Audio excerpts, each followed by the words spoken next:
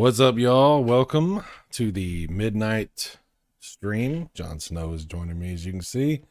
He's very curious as to see exactly what I have planned here.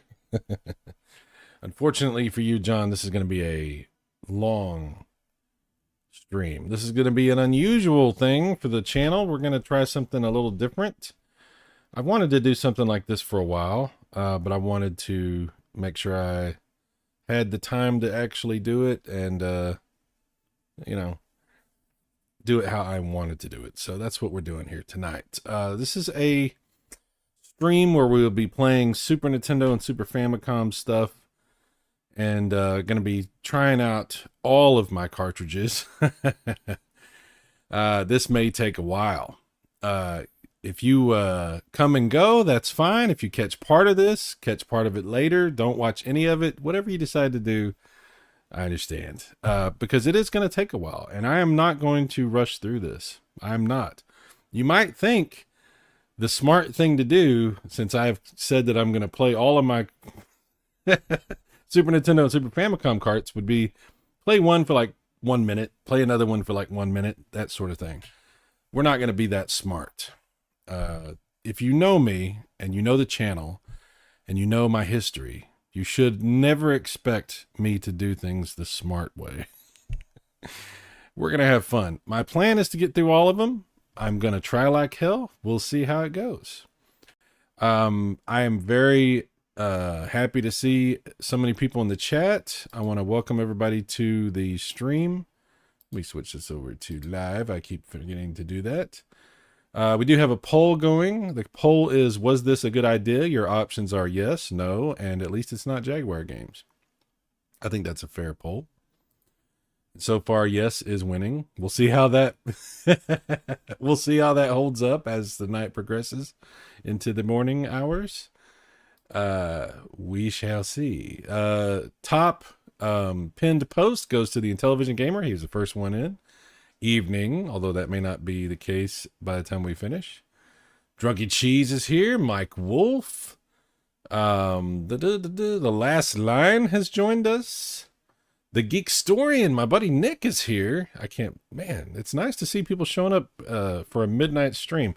But like I said, come and go as you please. If you catch some of this later, whatever you decide to do, it's totally fine. Because like I said, I'm going to be going for a while. This is a marathon where I'm not raising any money. So again, when I mentioned that I choose to do things the non-intelligent way, yes, my channel is not designed to raise money. I don't have super chats, super stickers. I don't have a Patreon. I don't have any way to gather any money from any of this. So there's no money being raised here. This is, well, aside from YouTube ad revenue, which is basically nothing. But, yeah, so we're not here to raise money. We're not here to, do all that kind of stuff. We're just here to waste an enormous amount of time talking about one of my favorite consoles ever and my favorite cartridge collection of the cartridges that I own and have owned, which is the Super Famicom carts. I just love Super Nintendo and Super Famicom carts. They are really, really cool, and it's just my favorite. So, how many do I have? That was asked earlier. We're going to have to count them. We're going to have to count them and see how many, because I actually don't know. I have some duplicates, because sometimes when I would order lots of carts, they would be onesie twosies here or there that I already had, and so I got extra. And a good friend of mine, who probably is not going to make it tonight, but hopefully will watch this later, Luke's Awakening, he sent me several Super Nintendo carts to go to my collection, and most of which I didn't already have, but there was a couple that were duplicates from stuff I did have. So there's some that we won't double count. We won't count the same one twice, and we won't play the same one twice. But yeah, so we'll look at that in just a minute. But first, let's say hi to everybody in the chat. Welcome you to this madness. Drunky G says, you're going to need a lot of Q-tips for this one. Sir, we're ready. I got the Q-tips. I got the alcohol. I thought of everything. Also, Jon Snow is guarding this for me. He's a cat. He likes mice. There is a Super Nintendo mouse. This is a aftermarket one from Hyperkin. It's a optical mouse for the Super Nintendo. Now, I don't know if I'll actually use this because my carts, there might be one or two that can use the mouse, but if we decide to get to using my EverDrive, then maybe we'll try out something with that. But that it is available. John, you can keep, guard that for me. So, all right. Let's see. Mike Wolf, I'm going to need this after the emotional hangover I'm going to have from my Steelers losing. Yes, R.I.P. Steelers. Last line says, at least it's not Jaguar games. Yes, that is an option in the poll. If you have not voted yet, that is an available option. And it's tied right now with no. So it's fairly popular. But yes, it is still winning by a significant amount. Let's see. Last line says, at least they're from a good console and not the Atari 5200. That stream would suck. And unfortunately, tonight's the night that Last Line got banned from the channel. So say goodbye to No, I'm just kidding.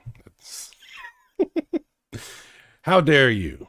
How dare you? The Atari 5200 has taken enough punishment over the years. Just because you and the angry video game nerd and a lot of people that watch shows like that have decided for some reason that makes no sense that the Atari 5200 is a bad system. That doesn't make it so, okay? There's room on the internet for more opinions than just yours. This is a lesson I've learned, and I think it's a lesson that all of us could take to heart, especially Last Line. But how dare you? Let's see. Drunken Cheese says, Last Line, thanks for making the Jankuary stream. Oh, yes, Jankuary is still in session. It's still January as of the recording of this. Or streaming of this, or both.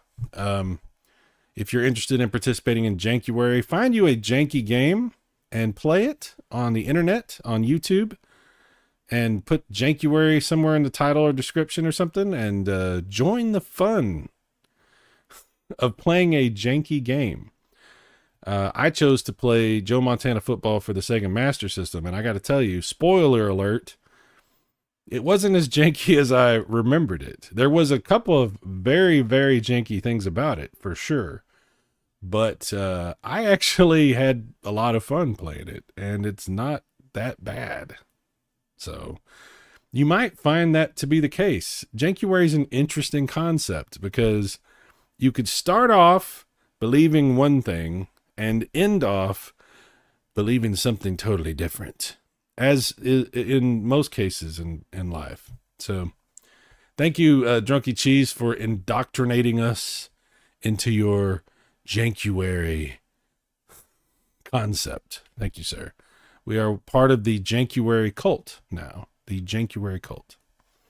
And that would make Drunky Cheese the cult leader, as far as I know. There might be another cult leader, but in the chain of command, like in the pyramid scheme of Jankuary, I report to Drunky Cheese on this. So, as far as I know, he's the head of the cult. Oh, Last Line says he'll probably do another one in a couple of days. Hail to the yeah. Hail to the yeah. Last Line, Cyrus values his punctuality. I try. Not everything is in my control, and I'm not always able to do that, but I try to be here on time. By the way, I'll say this. The plan is to get through all these. We'll see how that goes. I can't help technical problems. This is the internet. This is YouTube, and that is OBS running. And that's a Super Nintendo, so there's a lot of room for technical problems here.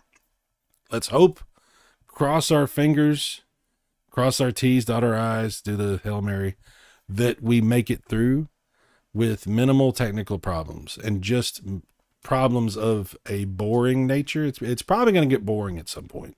I'm going to run out of interesting or somewhat interesting things to say, and some of the games are not going to be as fun as others. Some of the carts, you might be like, oh my God, another racing game. Wow. How many Donkey Kong countries were there? Oh my gosh.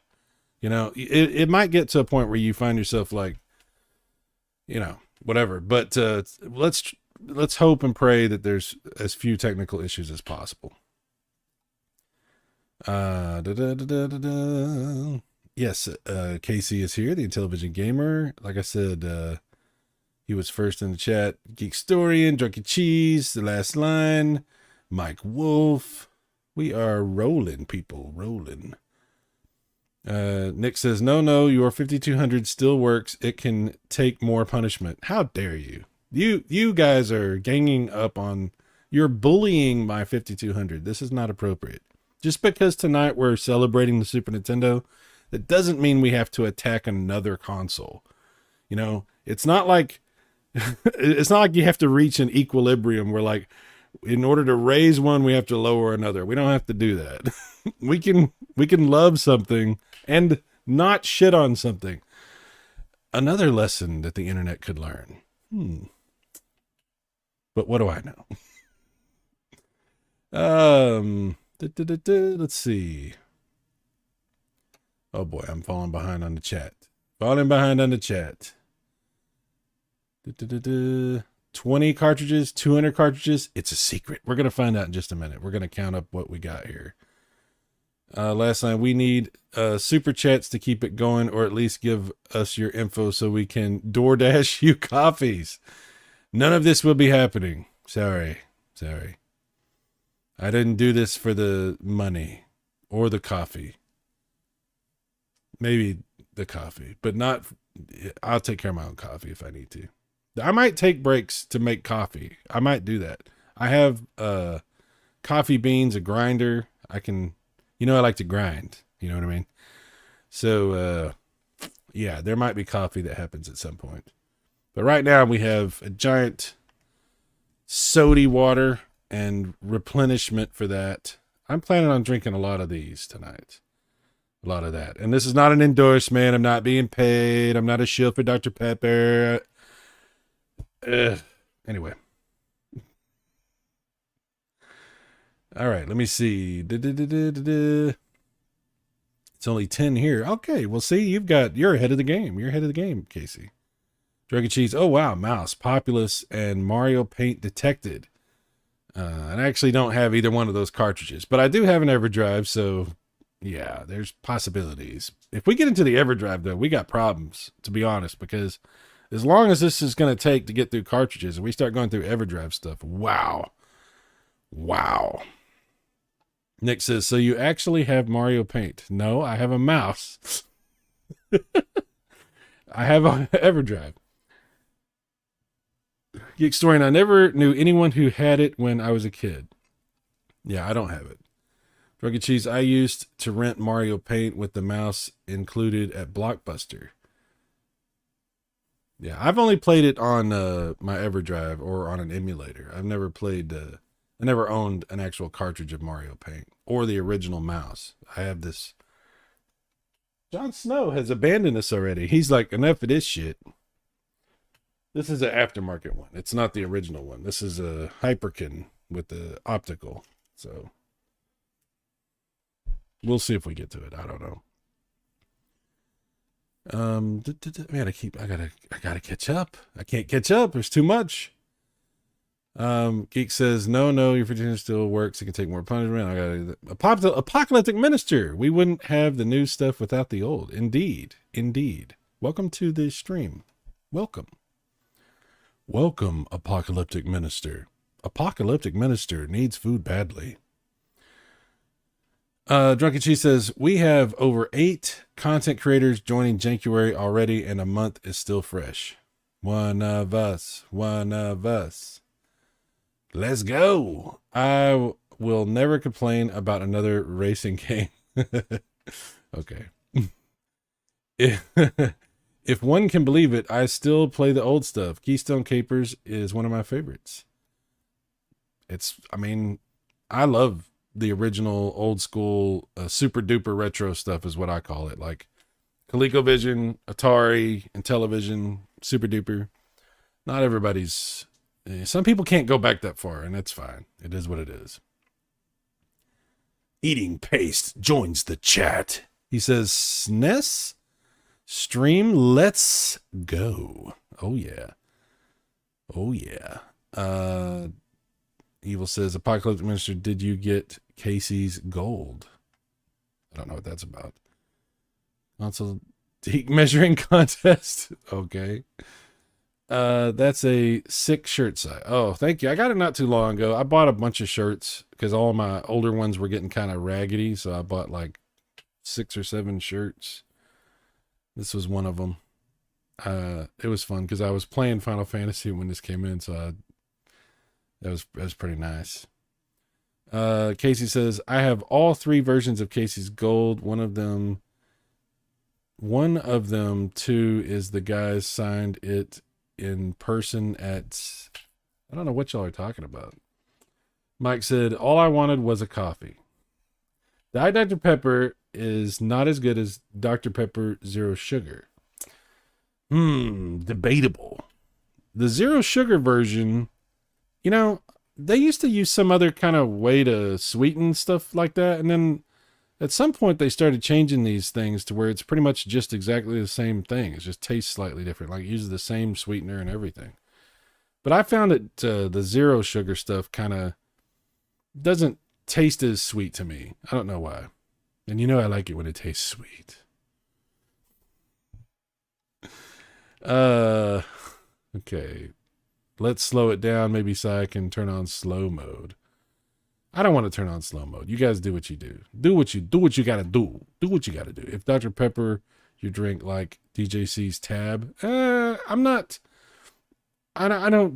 married to anything. I like Dr. Pepper's fine. Diet Pepsi. I like a lot of diet stuff. I'm not really like sugary drinks taste like syrup to me. Like, I've never liked regular soda. It just tastes weird. So that's just me. I'm weird. But like my favorite of all the sodas is Diet Big Red or Big Red Zero. Big Red Zero. I just got done talking about Zero stuff, but the Big Red Zero is my favorite. It's really good. I like it a lot. Huge fan. Huge fan. Yes. Chris Courage is with us. What's up, Chris? Welcome. Snes Games. Sweet. Yes. Dr. Pepper's a Texas thing. Yeah, we like our Dr. Pepper down here for sure. Mike says, Cyrus, those trolls. What? The shows that got into Discord, they even stole your line saying, I'm just here to talk. I don't know what's up with all that. I'm not worried about all that. Apocalyptic. Yeah. Silver Wings. What's up, dude? Silver Wings is here too. I'm drinking a Pepsi right now. There you go. Yeah, I used to drink. You remember when they used to have all these different like variants? Like they had Diet Pepsi lemon and vanilla and stuff like that. I used to love that stuff. And crystal Diet Pepsi and all that kind of stuff. It's pretty interesting. I found out that that clear colas were invented back in, what was it, the early 50s, I think, because was it Harry Truman? Maybe it was the late 40s. Maybe it was the late 40s. Harry Truman met with the Russian leader at the time and gave him a Coke, and the guy loved Coca-Cola, but he didn't want to have Coke brought into the country because they had like a thing like the Russians, like if he had Coke brought in, it would be like really bad for him because like I guess the politics, they would be like, oh, he thinks he's opulent and rich and he's part of the Western culture now and we got to get rid of him. So he wanted some Coke because he tried it and he really liked it. So they specially designed at Coca-Cola clear Coke and put it in special cans that had like the Soviet symbol on it and stuff and had it shipped over there. And that was the very first time they had clear Coke.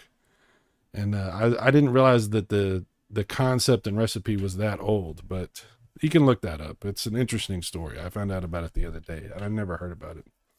Random. Sorry, we haven't even gotten to anything yet. We're sitting here talking. How are we possibly going to get through all the Super Nintendo games if we don't start Super Nintendo games? Historian, I'm a Dr. Pepper guy when I drink soda. Oh, yes. Oh, yes. I like popcorn and Pepsi. I don't know what. What? I don't know. You paste the troll. DMC. Well, I don't. You know what? I don't know what's going on with all these people and all this stuff. I don't care. I'm not messing with any of that stuff. So. Truck and Chase, hey, son, I'm drinking a beer. Well, there you go. That's the ultimate carbonated beverage, right? Yeah, that or White Claw, which we don't talk about here. Yeah. Crystal Pepsi, communism sucks. Indeed. Apocalyptic Minister, okay, got to pick it up. Love retro games, or should I say super duper retro. Now, we're not doing super duper. The super duper stuff is the Intellivision, Atari, ColecoVision. We're a little bit past that. Well, I guess it depends on how old you are, you know. But for me, that's the super duper retro. Clear Coke and Pepsi is literally just the same without coloring. Well, when you say it like that, it ruins the whole story. How dare you? How dare you? All I wanted was a Pepsi. They also have Alien Abduction, which is a sequel to Hero. What? What are we talking about? I missed something. Last time, too bad they don't make Cyclaws. Not yet. That product is still in evaluation. It has not made it past the focus groups. Eating based Cyclaw, actually a good name for a drink. Yep. I was told there would be Effervescence and Super Nintendo. Yes. All right. So let's see how many games we got. Okay. Let's see. All right. I'm just going to start stacking up stuff here. I don't have a lot of room to do all this, so we'll see how this goes. All right, some of the cartridges I have are Super Nintendo and some are Super Famicom, which is why I'm playing on my Super Nintendo right now. All right, so I'm just gonna... Shit. Sorry. I'm just gonna count these instead of naming them all off because we're gonna take forever just to count them. So 1, 2, 3, 4, 5, 6, 7, 8, 9, 10, 11, 12, 13, 14, 15, 16, 17, 18. 18 in that bin.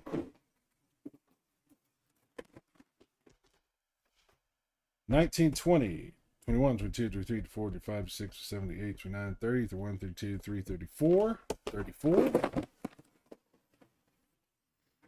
All right. 35, 36, 37, 38, 39, 40, 41, 42, 43, 44, 45. We're not going to count the EverDrive, so 45.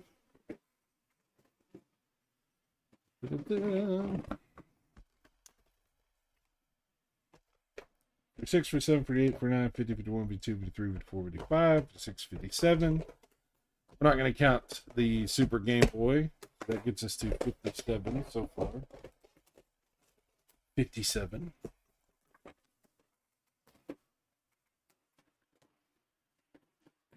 Yep. 58, 59, 60. So 1, 2, 3, 4, 5, 6, 7, 8, 9, 70. So 1, 2, 73. 3. Some of these are duplicates. I'm not going to count those. This is a shell. I have some shells that are not games. So we're at 73. Shell. Duplicate. Duplicate. 74, 75, 76, 77, 78, 79, 80. 80. It's like 80 games. And then there's duplicates. There's some that are not exactly duplicates because they're the Japanese versions, but I'm not counting. I'm considering those duplicates. So 80 games. 80 games. All right. Well, we'll just start this case and go from there. So, first game is this one, which is Mickey's Disneyland Adventures. If you ever play, or Mickey's Tokyo Disneyland Adventure. Let's see if it works when I turn it on. Sometimes I will have to clean some of these, but this one seems to work. Okay.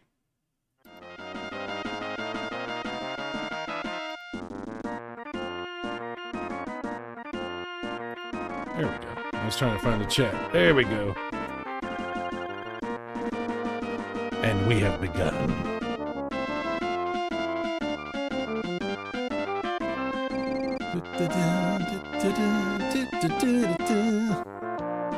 I will not be able to keep up with all the chat. I will try, but this is going to be difficult.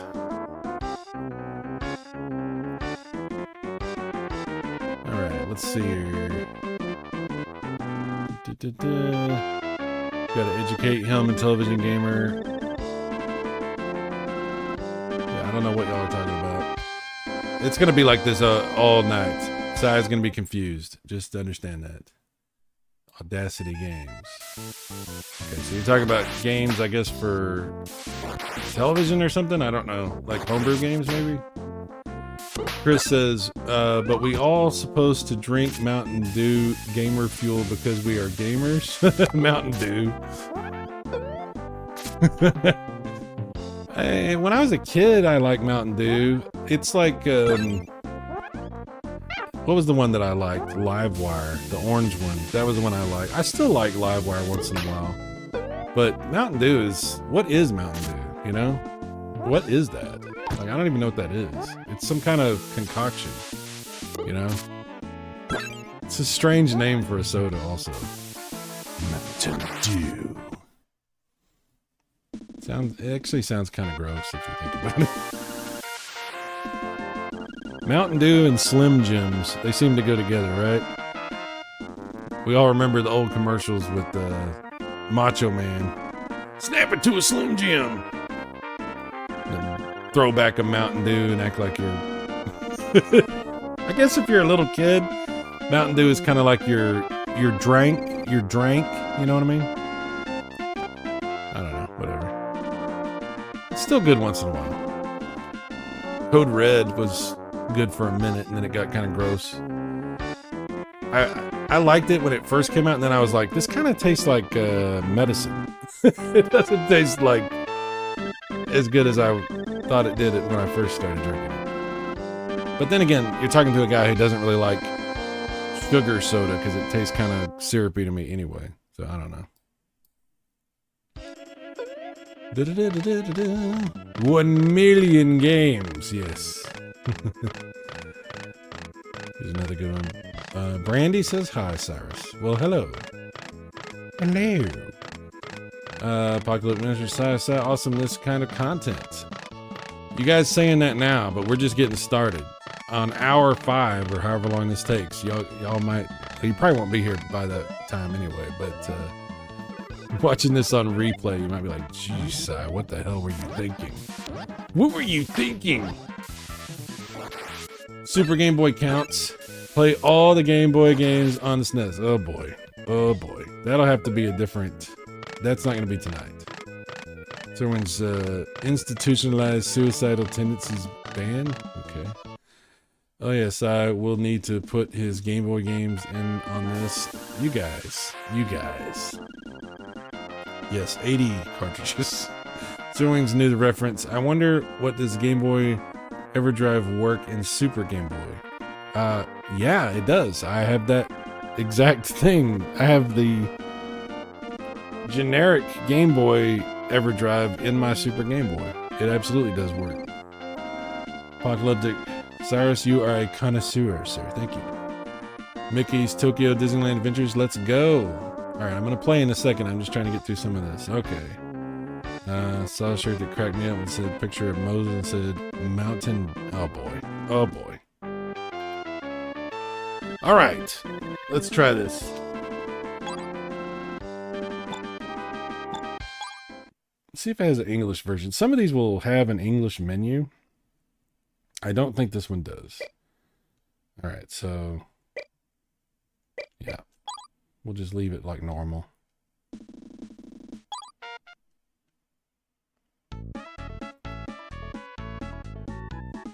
I've turned the volume up just a little bit on the game. I love Super Nintendo music.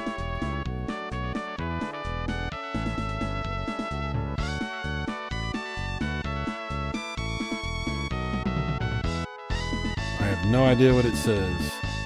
My guess is something to do with an adventure that you're about to have with Disney characters.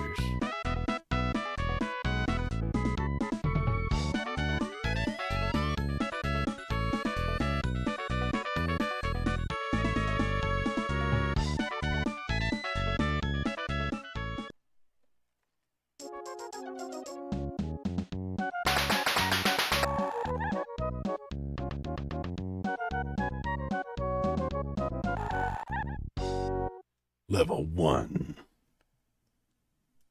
All right, here we go.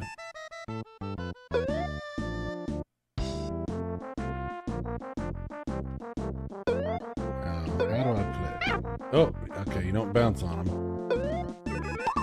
Oh, I got water balloons. Aha! I've played this a little bit, but not very much, obviously. Okay, so... Oh, and then there's red balloons that go up, blue balloons that are water balloons that go down. Oh, look at that. You can float. How long can you float? Till it runs out? Aha! Aha! Nice. Oh, shit. It takes off on me. I didn't know that. Okay. I'm learning. Oh, crap. God dang it. Sneaky. Alright.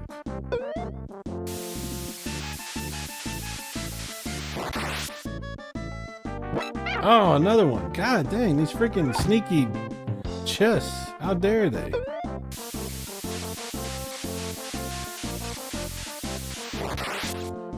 I gotta figure out how to get around that, because that is not good. Can you just like, okay, let it go like that? Okay, we'll try it. I'm learning. I'm slowly learning. Okay.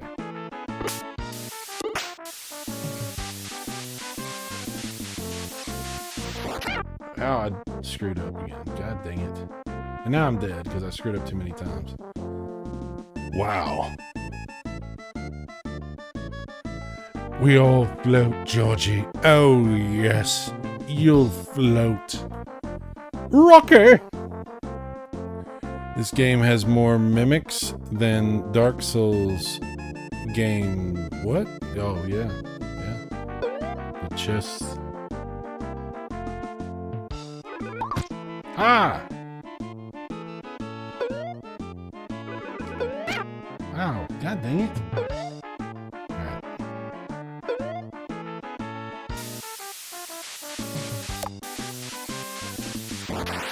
I get it, okay.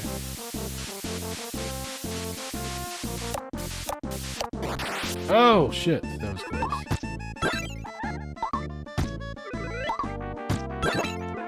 It sucks that you can't hit them while, like, you actually have to, like, get them to come out, because they won't, you can't just hit the chest and identify it as being one of the mimics, as you say.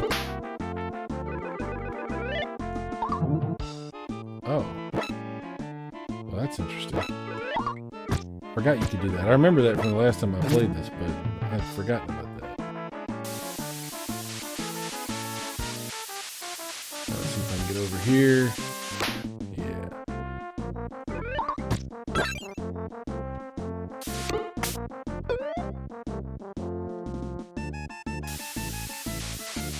This is one of those games that's gonna take a long time to play through when you play it.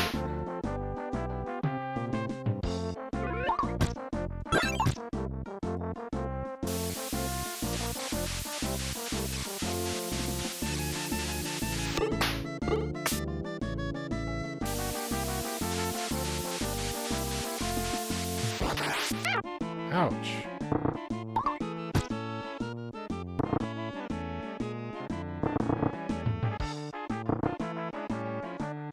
Oh, that's gonna be interesting.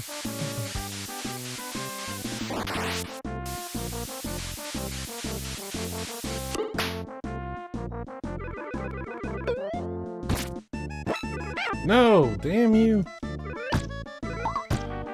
Freaking a lot of those guys.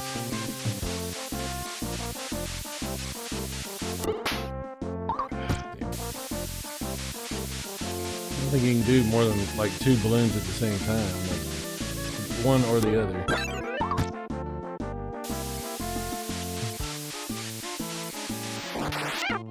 Ow.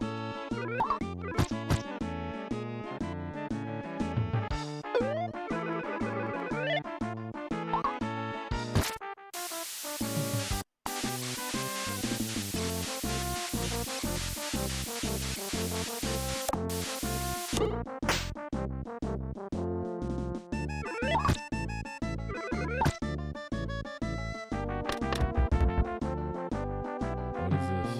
Oh, okay. How do I do this? There's a way to do this. Oh, I know what I gotta do. I remember. I remember.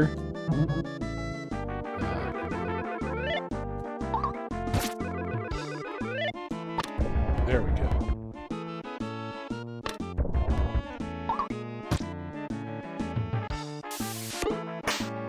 Okay. We get our boss here. Yep.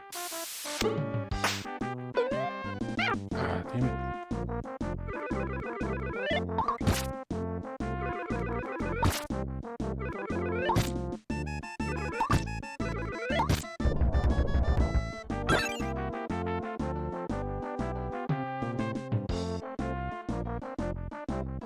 I mean, it's pretty good. I like the graphics and music's pretty good. It's an interesting concept. It's not like, I don't know of any other game I played that plays like this. It's very different. I don't have a lot of experience with these Mickey Mouse games, you know? There's a lot of them, and I haven't played that many of them.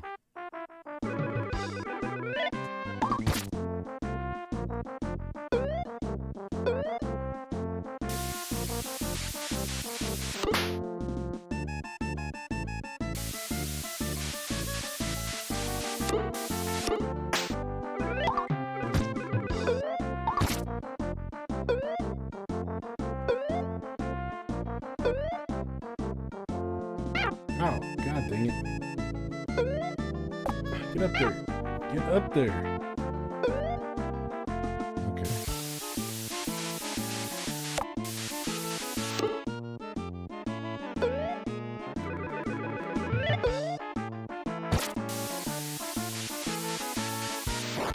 Ow, well, I didn't mean to do that. Yeah, it's... Oh! This game takes some getting used to, for sure.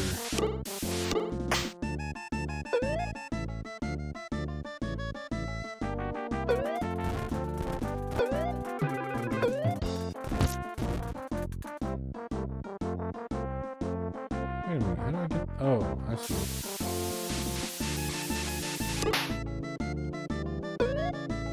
No?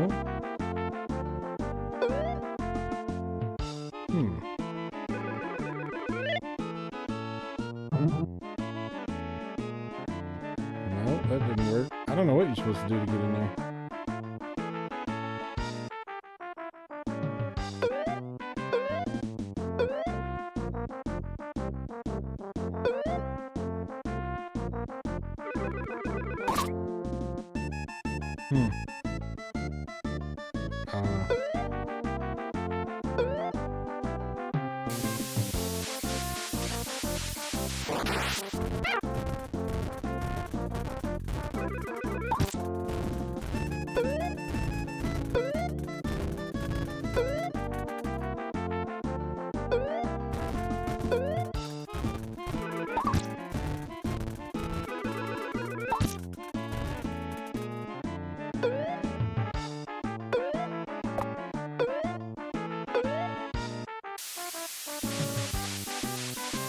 Gotta go like this. Oh boy. There we go.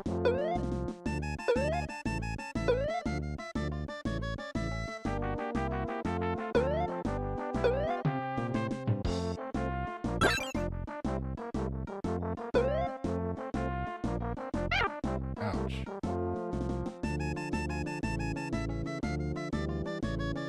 Damn it.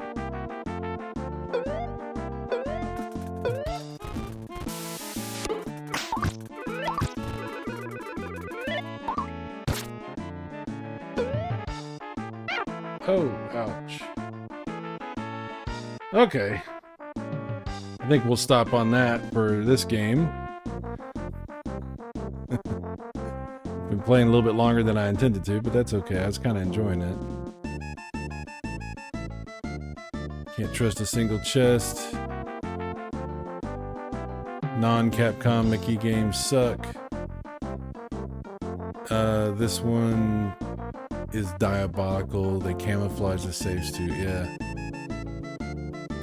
Sega did some good ones.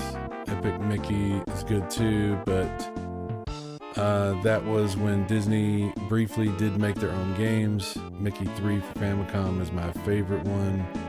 It also has balloons. Oh, okay. Pre-Kingdom Hearts. I consider Kingdom Hearts more of a Mickey fanfic game than a Mickey game. John Phillips, Jado Productions, checking in from Chicago. What's up, dude? Welcome. Tricom 79. Castle of Illusion OG and 2013 remake are both pretty excellent. Yeah, Castle of Illusion. I have that one that you're talking about, that remake on PS3, and the original one on there. It's pretty cool. Definitely need to put more time in on those games. Last one says, hey, was that a button on the wall? I don't know. Should make a spreadsheet of your favorite ones. Ugh.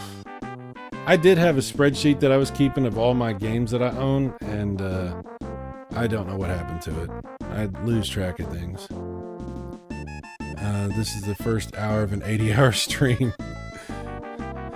I hope not. I hope not, Evil. Good evening. Good evening. Size 10 minutes deep in this. It's the first game. 5 minutes each will be over 7 hours.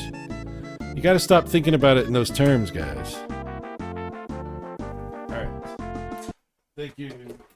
Thank you, Mickey. Game number 1 down. Alright.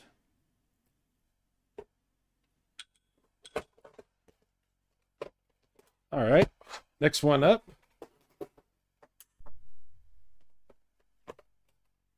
Hopefully I don't have to clean it. I might have to, you know.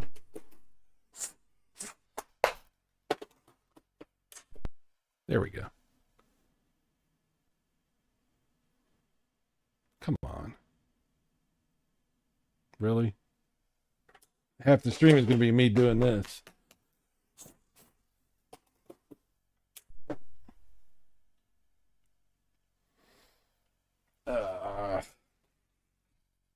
Gotta break out the swabs early.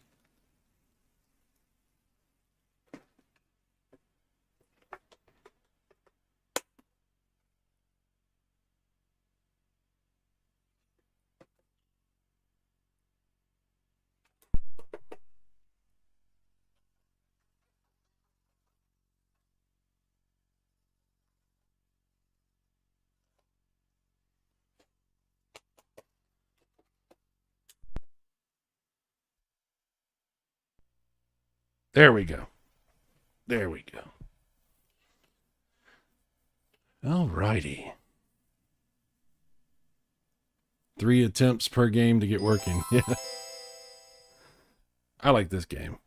I like every version of this that I've played. It's fun.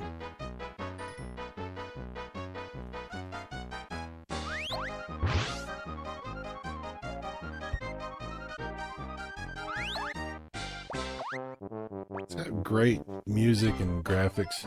It's really cool.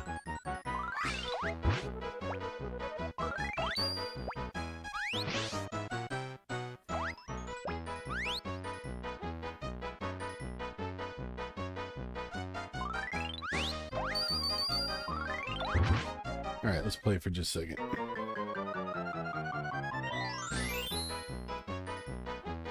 Options. What do we got? It's all in Japanese because it's Super Famicom.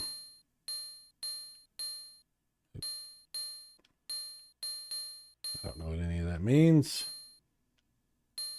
Okay.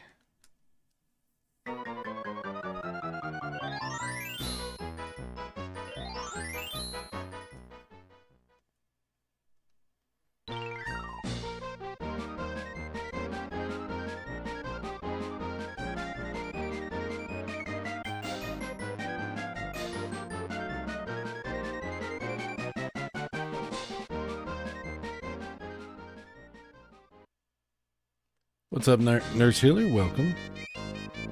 Okay.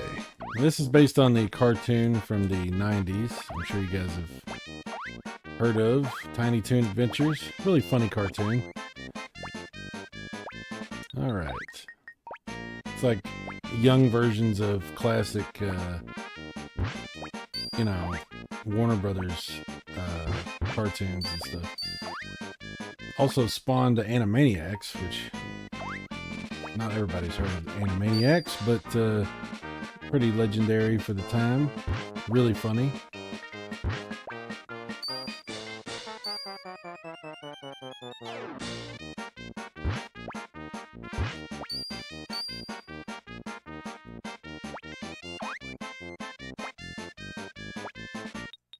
Pretty simplistic controls. Is there a way to slide under that?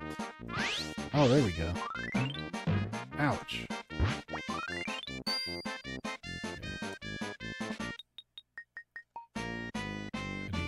Slide. There we go.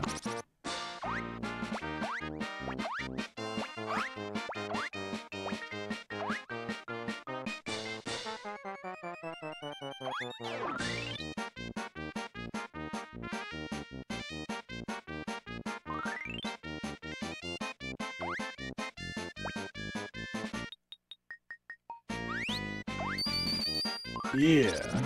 Okay.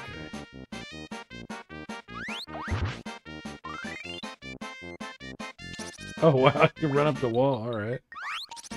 Ow. Ow. Ow. Ow. This game's driving me up the wall.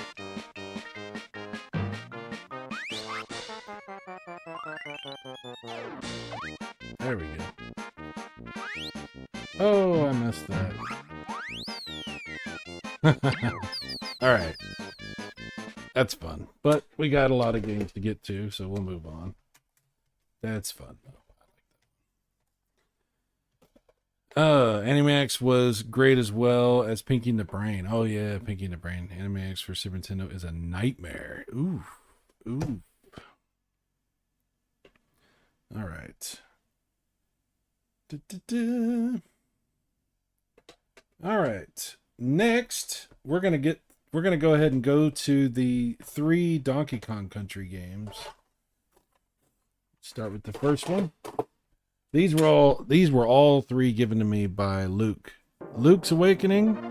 Thank you, sir. He said he couldn't make it tonight, but I said I would mention him as often as I could so as to require him to watch. So, thank you, Luke, for this. Let's see. Last line, this is interesting. It is like an interactive tutorial, not something you saw back then, really. Apocalypse Minister, not many people know about the singing frog. Hello, my baby. Oh, yeah. They made 3 Donkey Kong Country games? Yes. There are 3.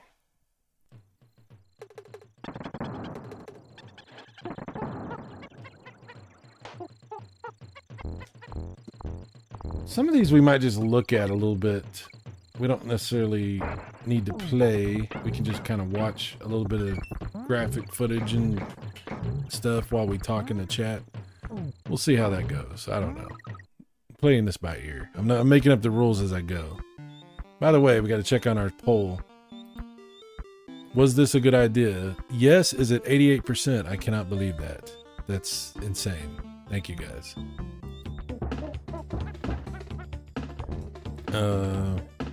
P. Diddy Kong? No, we're not playing that game. That game would not be appropriate for this channel. Sorry. Last line. Is this the Japanese one again? Most of my cartridges are Super Famicom, yes. If it's a Super Nintendo one, I'll point that out, but pretty much like 95% of these are going to be Super Famicom. So yes, this is the Japanese. You can see it on the title right there, you know. Yes, exactly. Exactly, sir. Ain't no party like a Diddy Kong party. This game is really, really impressive, you know. This was a later Super Nintendo game. It came out... The first Donkey Kong Country came out as I was kind of getting out of Super Nintendo and moving to Atari Jaguar. So I kind of missed out. I rented the first one, and then I didn't ever play the second one or third one back in the day. But, you know, the Ultra 64, the Nintendo 64, was on the horizon. And I think that a lot of people... Like, I played this and I was like, oh, okay, it's like Mortal Kombat kind of graphics, but it's like pre-rendered CG. A lot of people really liked that look. I kind of didn't. I wasn't really into the pre-rendered CG look back then. I was really kind of a little bit bougie about it. You know what I'm saying? So I didn't enjoy Donkey Kong Country like a lot of other people did back then. But I did enjoy it later. Later on, I really started to really like it. But back when it was like new and everything, I wasn't like a huge fan of this. You know, that's actually the reason that I didn't buy any of these cartridges. And thankfully, Luke gave them to me. But I just wasn't a big fan of the Donkey Kong Country series. But, you know, nothing against them. Wasn't really into them. So that's the first one. Second one coming up. Hopefully it starts right up. Yes, awesome. Donkey Kong Country 2.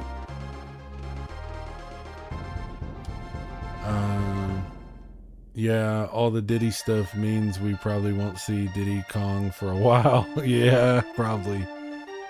Eating Pace, yeah, this whole series was late gen. The third one was super late. Drunky Cheese says, I don't know why the third game is so hated. Is it hated? I didn't even know it was. I have to give it a chance. Apocalyptic Minister, yeah, I was getting into Street Fighter Alpha on the Saturn. Yeah. Last line, the graphics were gimmicky, but they were effective as hell. The game, unfortunately, is very good regardless. Well, like I said, I've come to enjoy them now, but, you know, it's funny. I did have... you're not going to believe this now that I said all this. I did have Donkey Kong Country on the Game Boy when I was in college. I remember that. And I really liked it. So I had the Game Boy one, which actually was pretty good. It actually was not bad. Graphically, it's pretty impressive. But yeah, as far as the Super Nintendo, I pretty much had moved on to other things by that point. Let's see. Eating Paste. Oh my god, love me some Street Fighter Alpha on Saturn. Dude, yes. And Resident Evil. Play a stage of this one. Alpha 2 on Saturn is my all-time favorite Street Fighter. Alpha 2 Gold is my favorite of all Street Fighters. So, there you go. I feel like these are different title screens. Well, it's the Japanese version. See, I played... this is not my save game. I don't know if that's Luke's. I don't know if any of these are mine. I don't know. Alright, let's erase one of these. We'll do that one.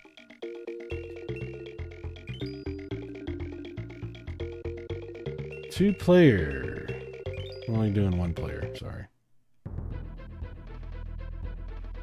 graphics are very impressive, though. On a CRT, I bet this looks, like, really good. Definitely controls really good. Look at the graphics, the scrolling backgrounds and stuff. It's really nice.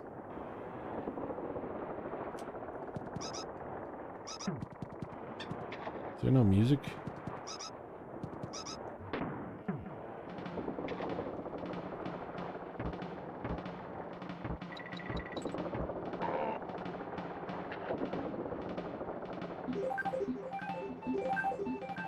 Oh, there it goes.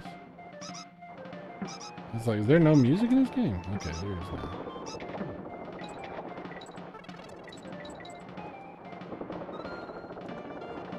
How do you get that? Probably some way to do it, and I just don't know what I'm doing.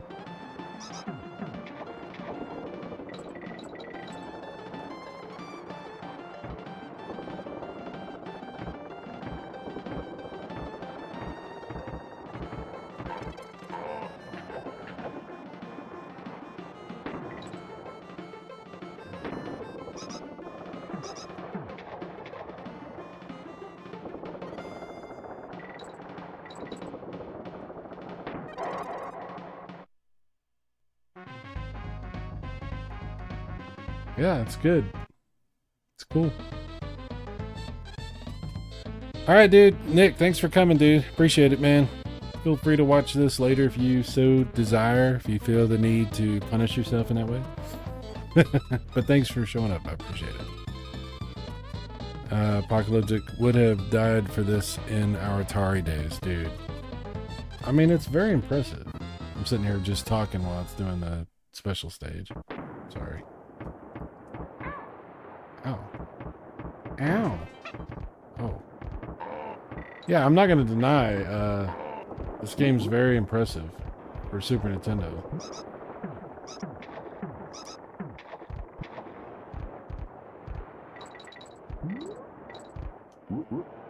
How do you do that? There's a way to do that. You bust through stuff. I don't have a lot of experience with these games.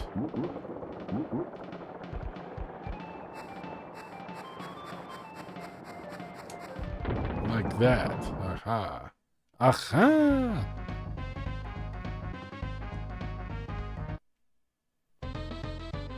Alright, that's the second one. We ain't got all night. I mean, we do have all night, but... Alright, and there's one more. And this is the one that Evil says everyone hates. Why do they hate it? Why do people hate this one? What's the problem?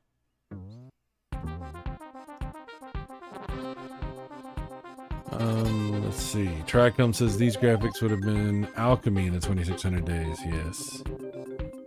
Evil says, feel free to return when you wake up. Sai will still be live. Last line. Oh, I'm not going to bed yet. Just saying that to Nick. The graphics in these games are wild. They are. They're very good. Very good. You got to play one of this 1, 2. Okay. Yeah, these are really good graphics. Look at that. That's very nice. The colors, the animation, the scrolling. It's ridiculous. Why do people hate this? What's the problem with this?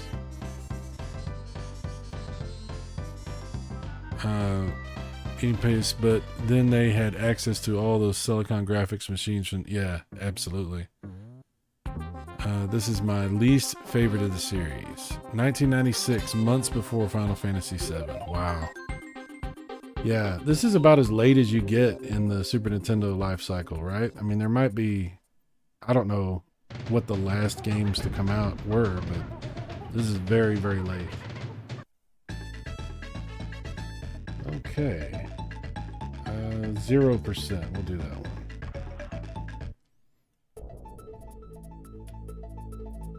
I remember playing this a little bit. Not very much. Where am I going? What am I doing?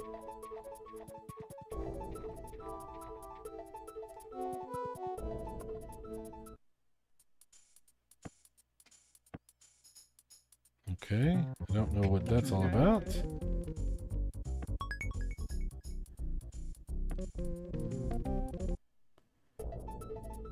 Oh, okay. Where are we going? Over here? Yeah, I guess so.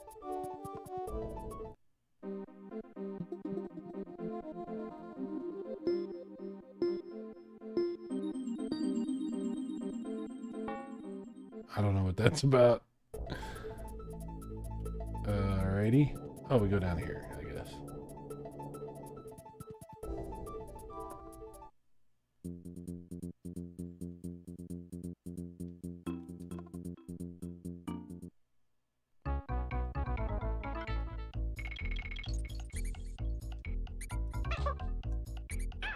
Ah, damn it.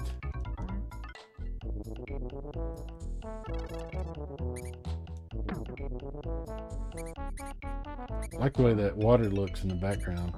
Like, has that like 3D looking scrolling. It's really cool. Oh, there we go.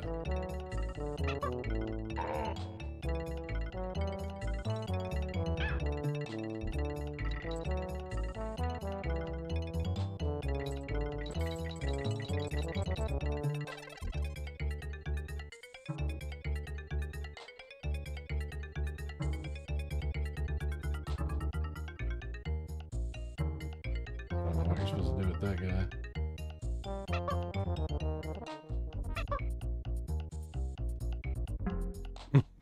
I don't know.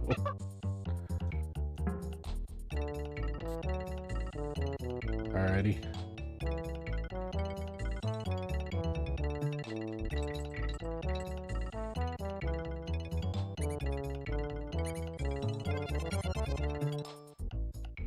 How do you get that? What?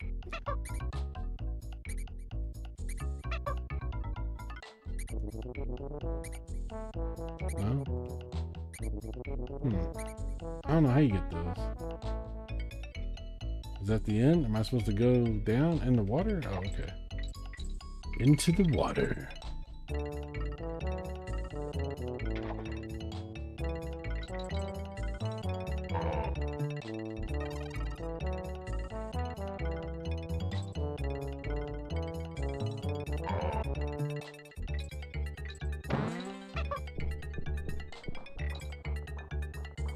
Ouch.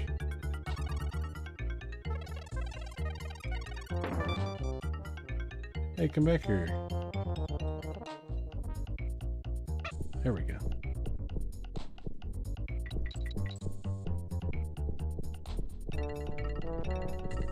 Ah, damn it.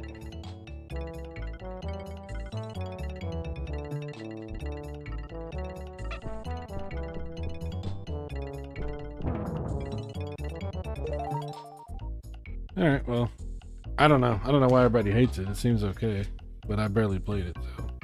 Not the best way to evaluate a game. Let's see. Be a handful of games after this one. You got Baby Kong now. Guy, can you believe we were playing Super Nintendo aboard ship on the Navy? Donkey Kong, Super Mario RPG. Wow. Yeah. Chrono Trigger. That's a game I want to play through at some point. Simon for controller, but oh, the different color thing. Yeah, that was weird. Yeah, I don't know. It looked pretty good. Programmers had truly perfected their skills. Those Donkey Kong barrels are for respawning your dead apes. Oh. I see.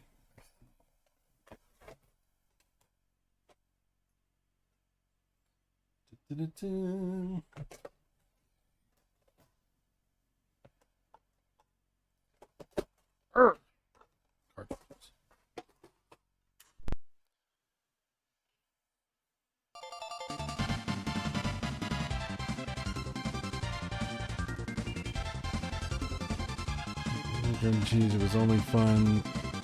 So chasing women. Dead Ape sounds like a punk band's name. Wow. This is Kirby Superstar. I played this a while back. Is this supposed to be like a remake of the original Kirby, or is this like a... I can't remember. This is like just a separate kind of thing.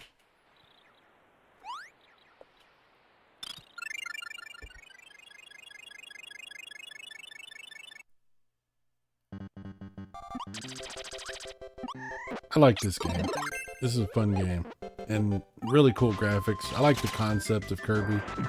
Like absorbing the powers and stuff. It's really cool. The music is really good too.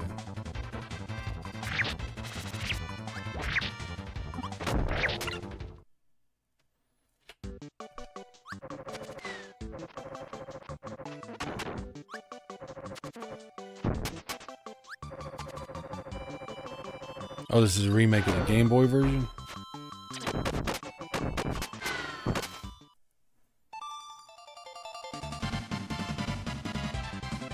Graphics are great.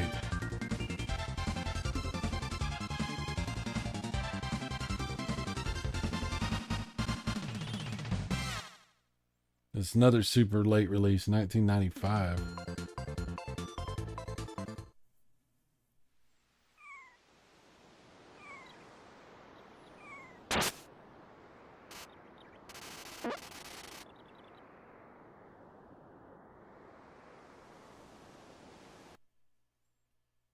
That was weird.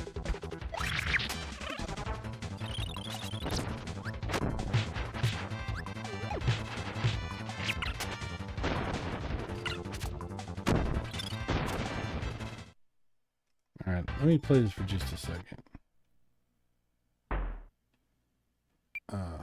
Okay. All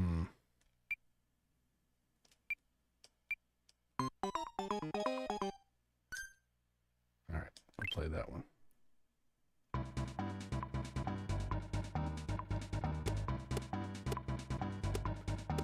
And unfortunately, I cannot read Japanese, so not sure what all that means. Different game modes, I think.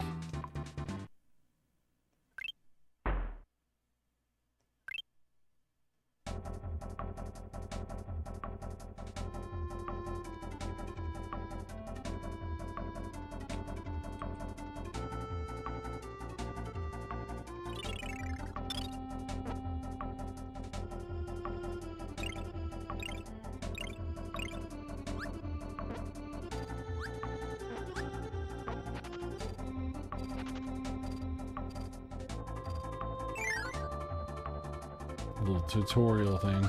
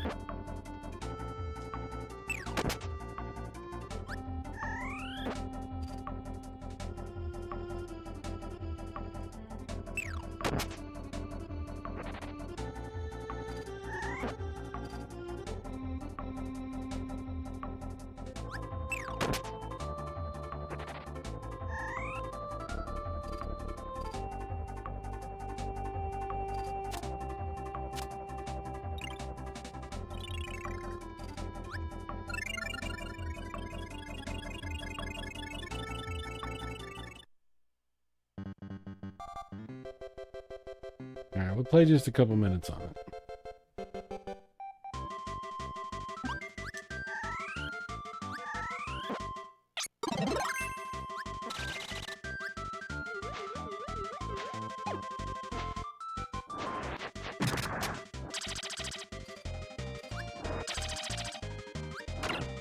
Ouch.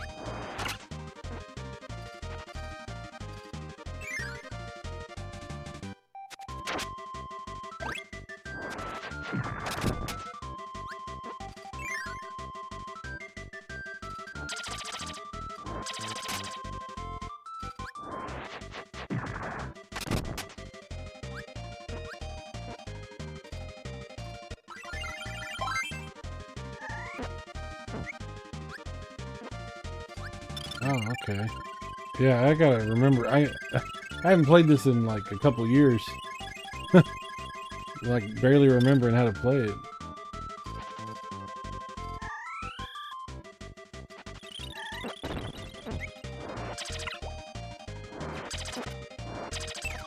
That's pretty cool. You can have your, instead of using their power, you can have actual like little friends that help you.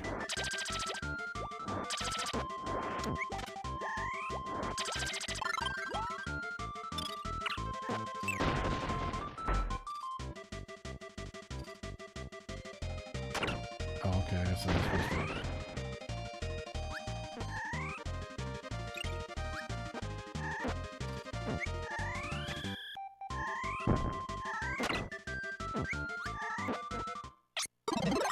Yeah.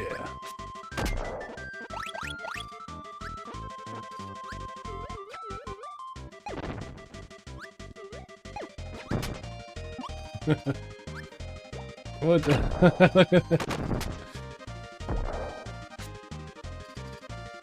Oh, get away.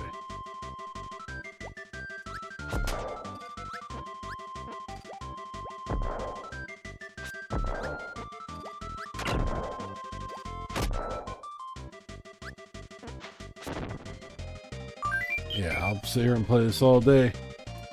We have a lot to look at, so. Kirby Superstar.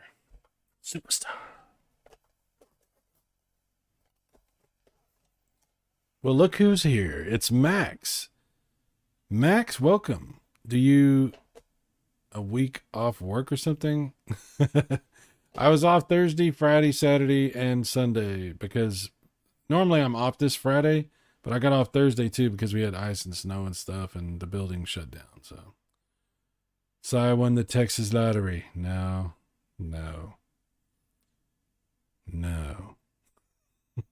Since Max is here, let's play one of the games that Max sold me. I did get some awesome games from him. This is a game, if you're a fan of TurboGrafx stuff, that you might find interesting. So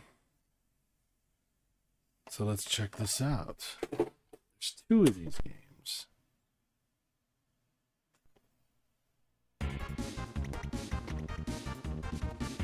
When I found out this existed, it blew my mind because I never knew it did. Found out about this just a few years ago. Yeah, that's Bonk. Super Bonk.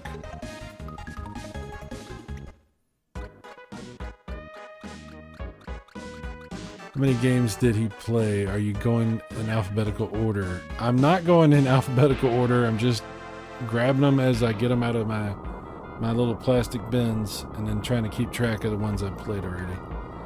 So there's no particular order. We're just looking at them. Yeah, thank you, Max. Thank you very much.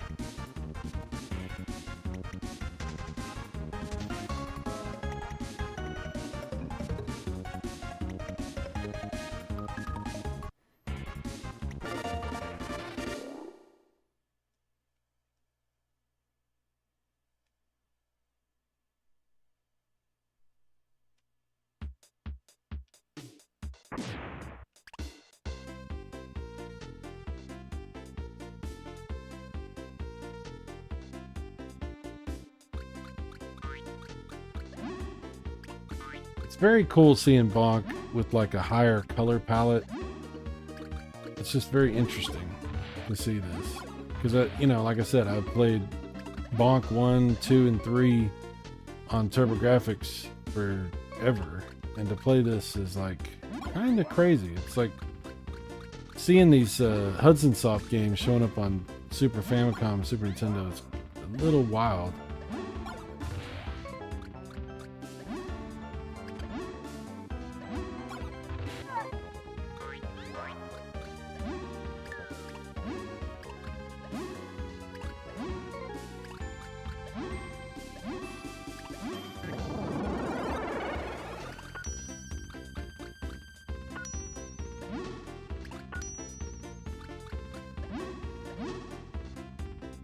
He really did some crazy enhancements to this over the TurboGrafx ones. Oh, okay. Yeah, I messed that up.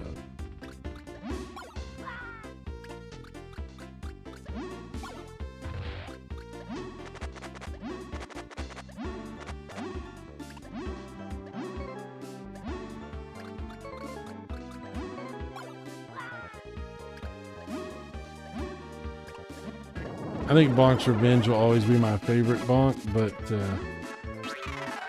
it's pretty wild.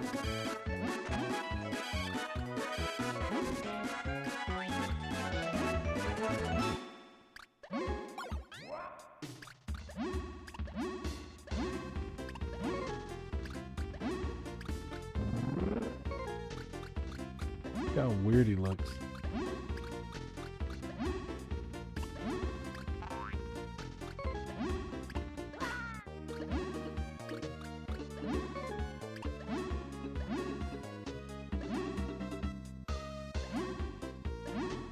Looks like evil after one too many beers.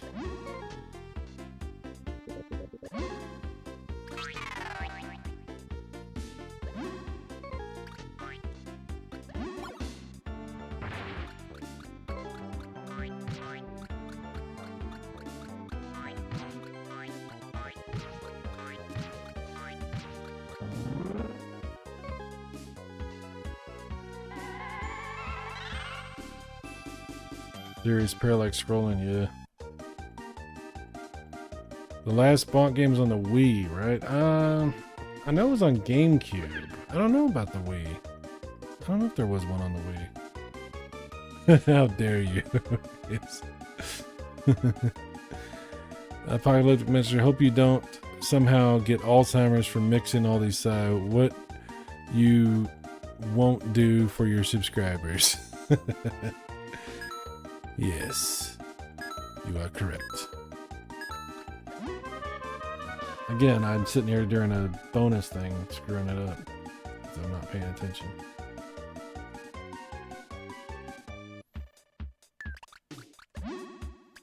There's another one that I got from Max, Super Bonk 2. Let's check that one out real quick.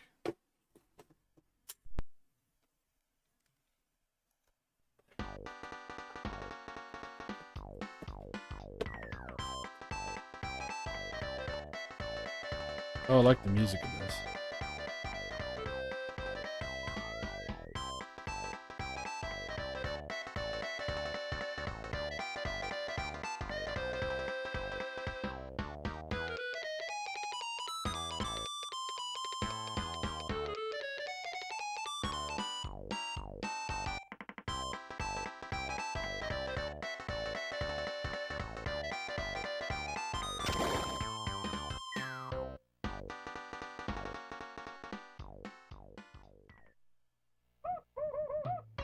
Ooh, that's weird looking.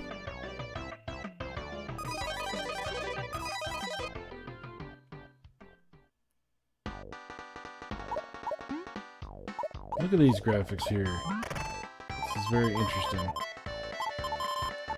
me get past all this. This has some nice graphics. Bonk looks quite a bit different in this one, but that's pretty nice. Animation and colors, and it's very interesting.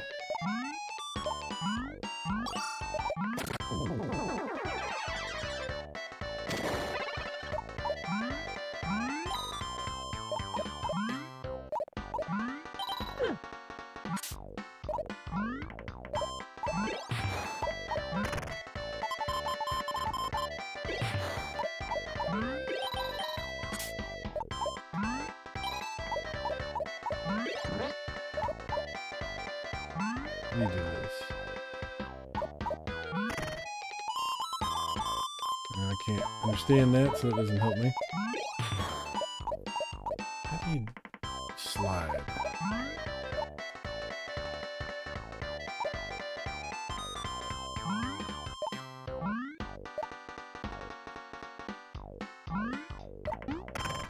Stop doing that. maybe I can't slide. I have to actually go in the water. Yep. Oh, here we go. Here we go.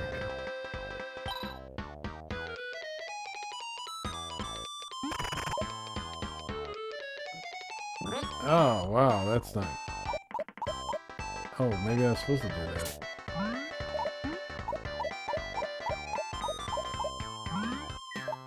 No. What? I don't remember this happening last time I played it. Very confused.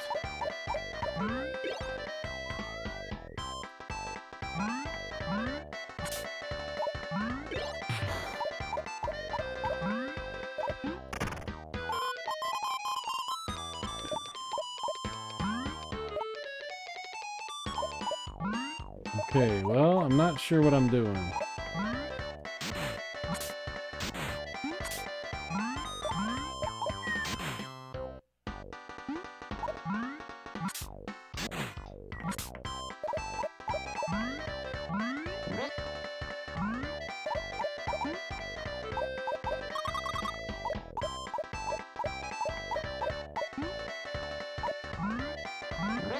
Damn it.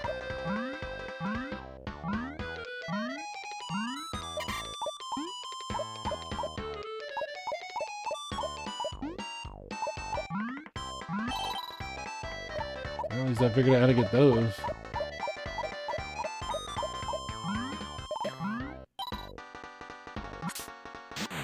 I'll get up there.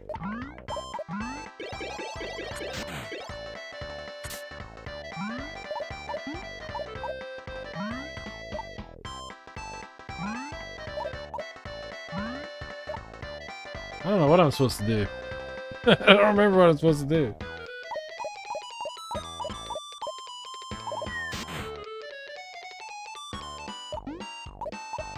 I think I'm supposed to get squished down though, and then use this form to get through it, but I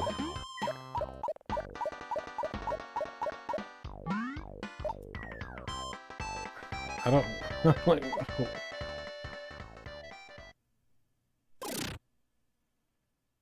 what just happened?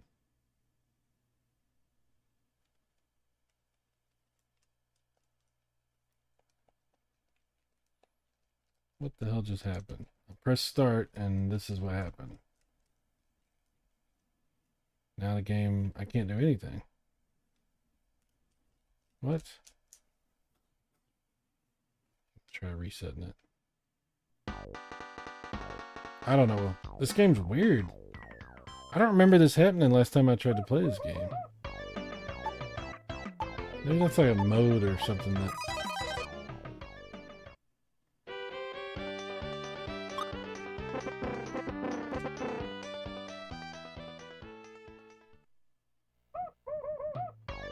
Is that supposed to look like that? It's like something's wrong with this cartridge or something.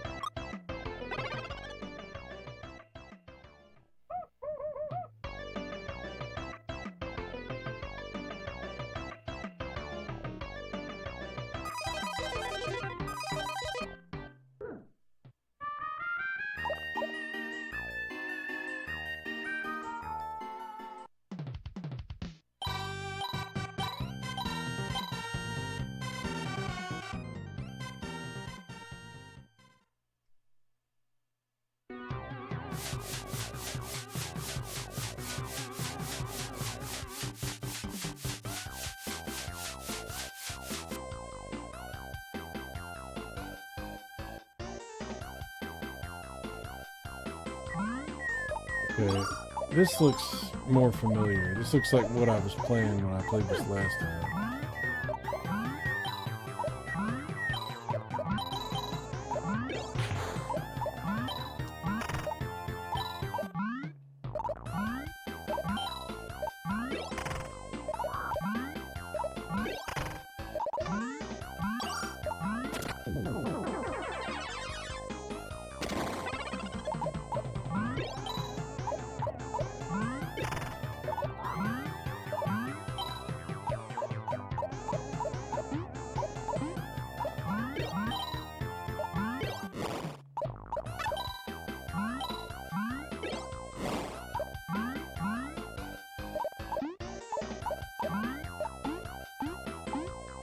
off me.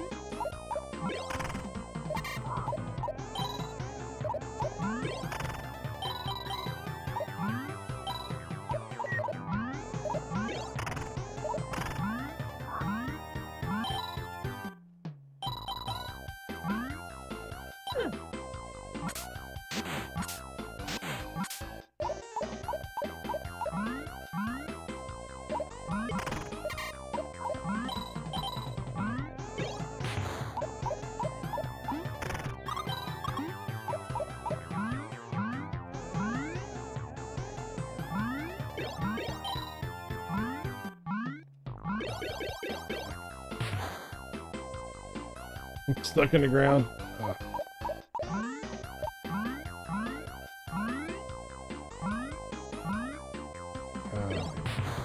Alright. Well, at least you got it working. I don't know what that was kind of weird. Kind of messing up on me or something. It's kind of strange. This is a game I really enjoy. Really cool graphics and music on this one. Fun game. If it can get it to start.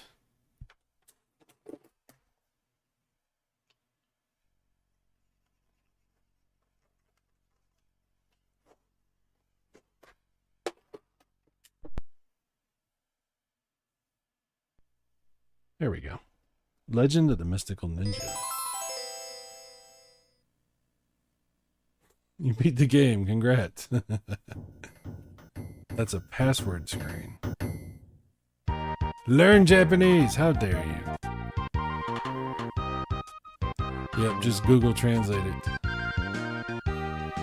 Dirt nap. It's amazing how different this title screen is from the American version of this. But it's still the same music and everything. Always like these games.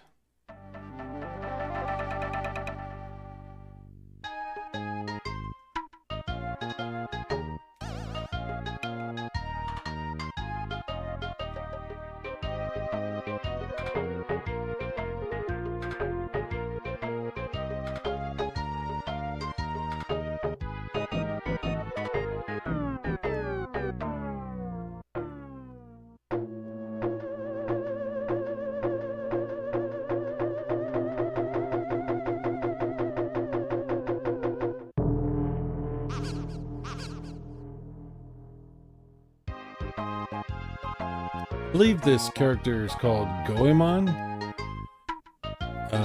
So in Japan, I think it's called Goemon.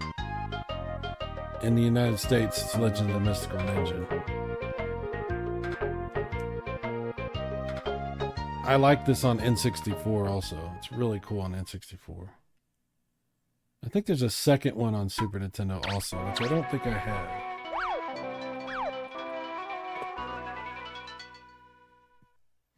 Pocky and Rocky's very similar.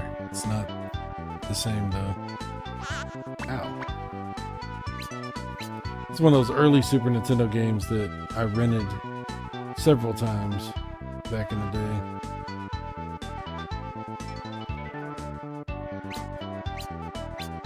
Has a unique sense of humor to it.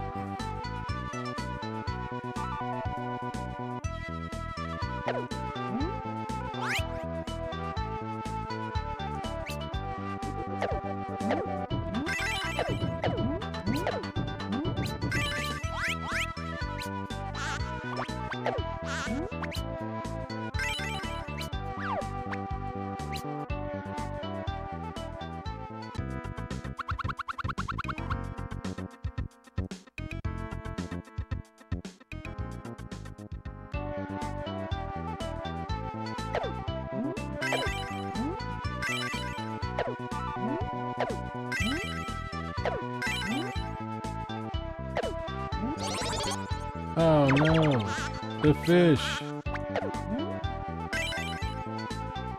Always the fish.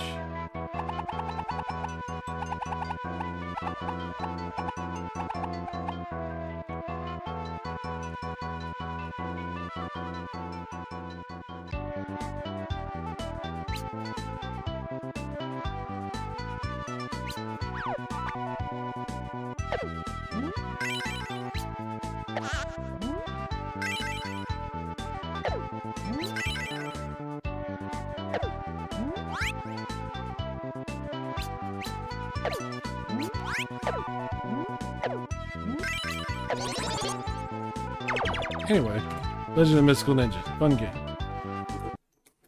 Fun game. Dun, dun, dun, dun, dun.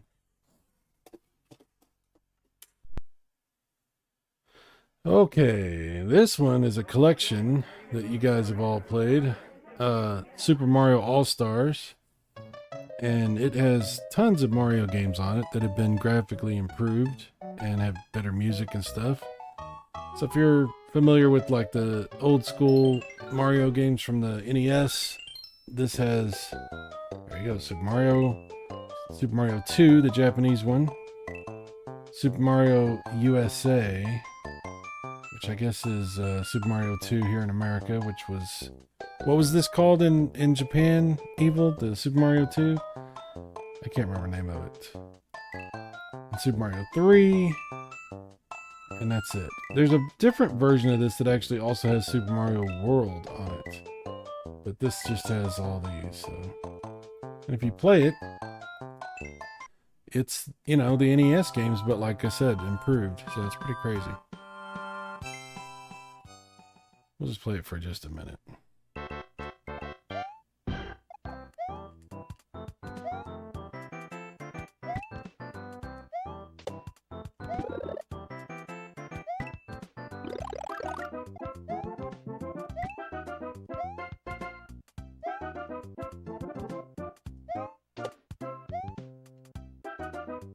It's pretty cool.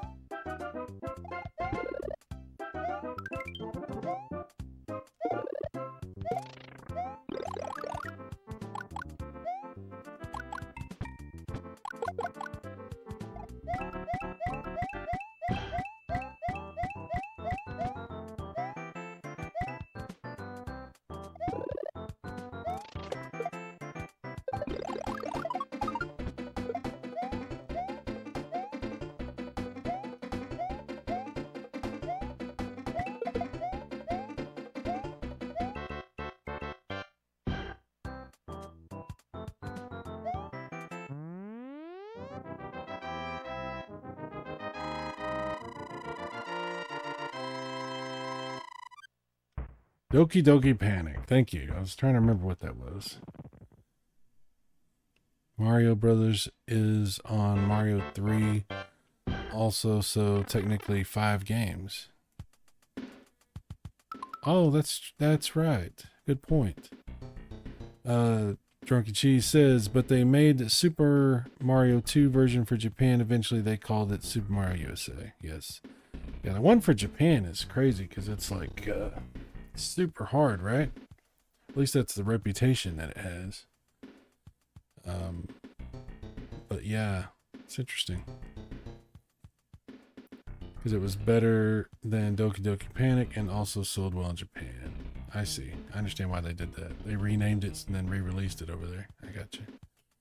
Last line kind of made sense since Doki Doki Panic wasn't their property. They licensed it. All right, well, I'm not going to look at much of that. You get the picture there. You get the point. You get the point.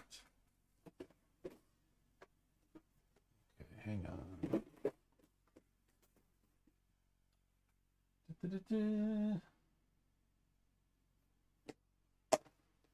Trying to. There it is. I misplaced this. Hopefully this one works. 2 copies of this.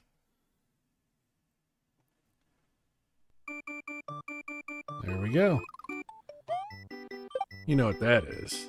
I mean, if you can't read it on the screen, I don't know what to tell you. I think this is my favorite Mario game. Super Mario World for the Super Nintendo. This was mind-blowing back in the day when we very first played Super Nintendo. We rented one, and this was, of course, the pack-in game that came with the original Super Nintendo. And very, very, very impressive. Just a very, very impressive game. Great music, great sound, great graphics. Gameplay was revolutionary. to this day, I just really like this game a lot. Very, very much.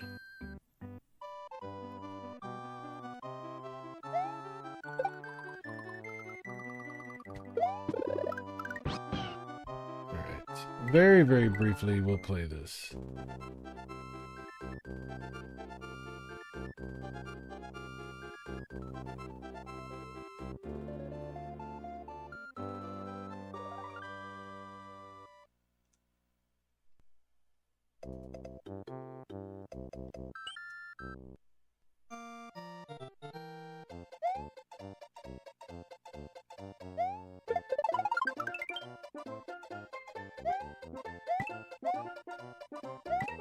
Obviously, you want to unlock those blocks and stuff, but yeah. I mean, everybody's played the crap out of Mario. You don't need me to show you what Mario is. But who could resist playing Super Mario World? Ow, damn it.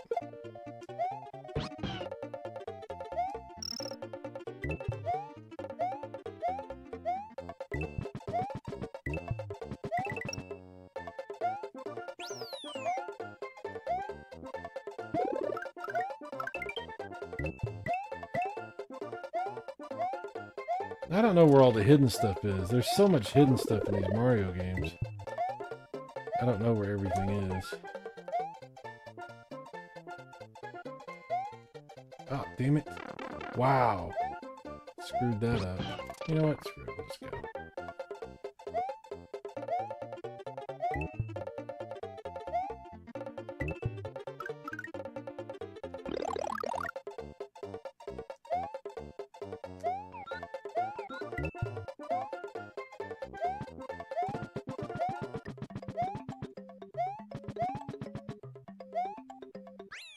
Anyway.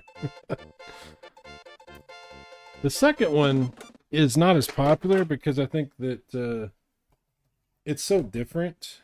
You know, a lot of people don't really like it. But it's definitely visually impressive. Yoshi's Island, Super Mario World 2. Very, very different type of game. And it does have that annoying screeching Baby Mario, which nobody likes. But damn, really good graphics.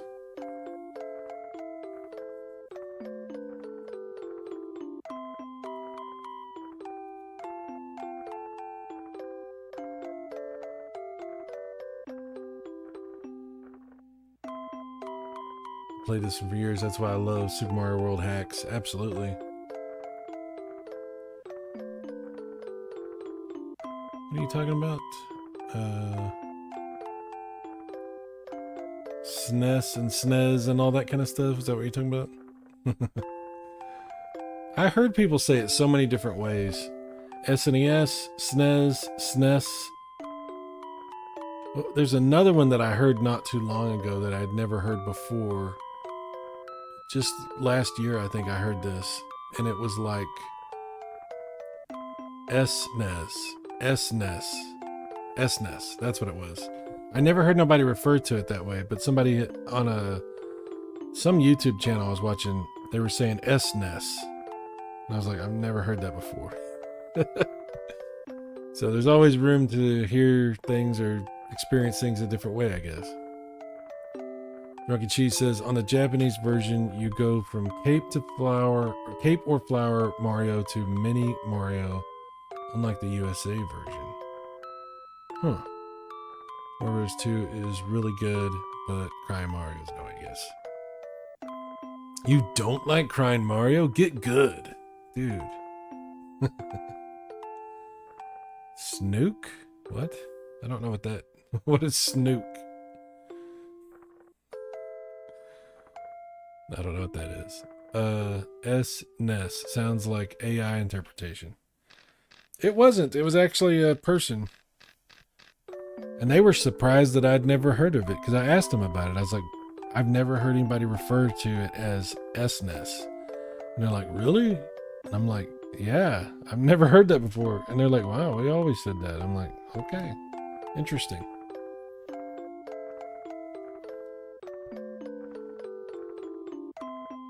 Snooky. It's from a South Park episode? What are you talking about, Snook? I don't know. I haven't seen South Park in many, many, many years. Many, many, many years. First time I saw this screen on the Super Nintendo, I was like, whoa. That's cool. Very cool. 1995, another super late release game. Very, very late release. I was playing PlayStation by the time this game came out, I think.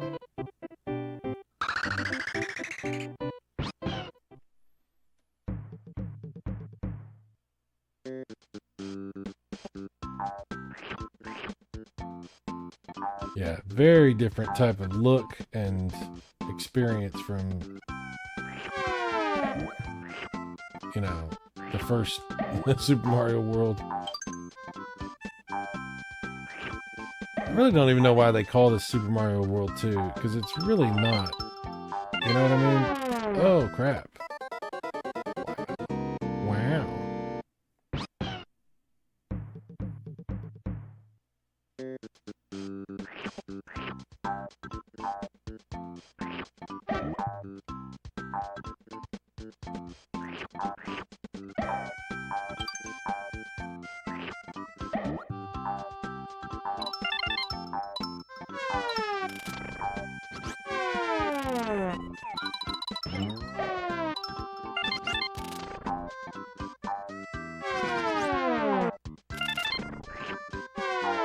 Ouch. God dang.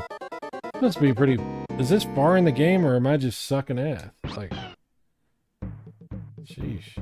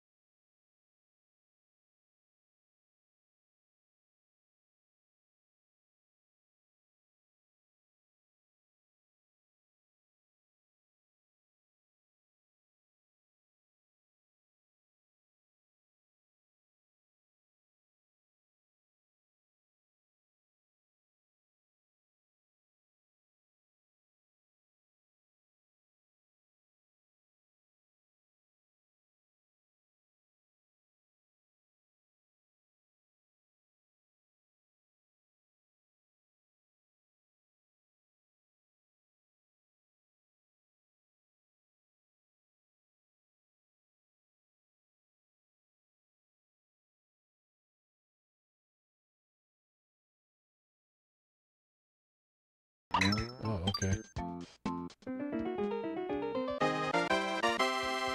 It's morphin' time!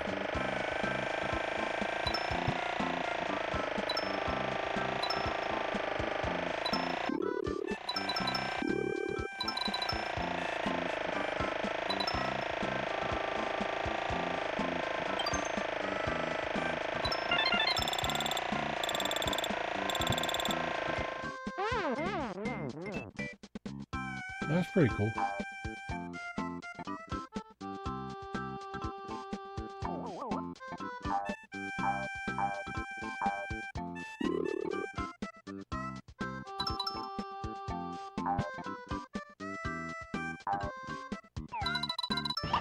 No, that didn't work. Alright, there you go. I'm gonna keep playing that forever. I like it, the game. I like it a lot. Alright, moving on. Gonna mix things up a little bit. That was a Super FX game, believe it or not. Doesn't have the traditional Super FX look to it, but this one does. This is a game called Vortex, which, as far as I know, I think it was released in Japan, maybe, but I bought this on Super Nintendo, so I actually have the Super Nintendo cart. It's interesting that it's in Japanese when you start, and you have to actually select the English text. I don't know if that's because I'm playing on an actual Super Famicom. I don't know. I don't know why that is. But look, I'll go here and then we can change that to English. Hang on. English. Now it's English. Same company that made Star Fox. That is correct. Very, very true. Very true. Vortex Schmortex. Yes. Egnogski. What's up? How you doing? Yeah, Estriarch Retro GL. Welcome to the channel. Welcome to the stream.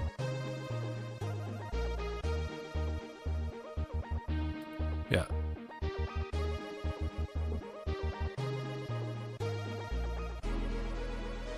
Pretty impressive 3D graphics for Super Nintendo, you know. Star Fox and Vortex and stunt race effects, these types of games. Pretty cool.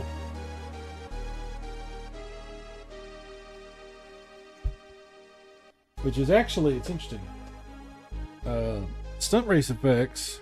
Oh, also dirt tracks effects. But stunt race effects is called Wild Tracks for the Super Famicom for some reason. Not sure why.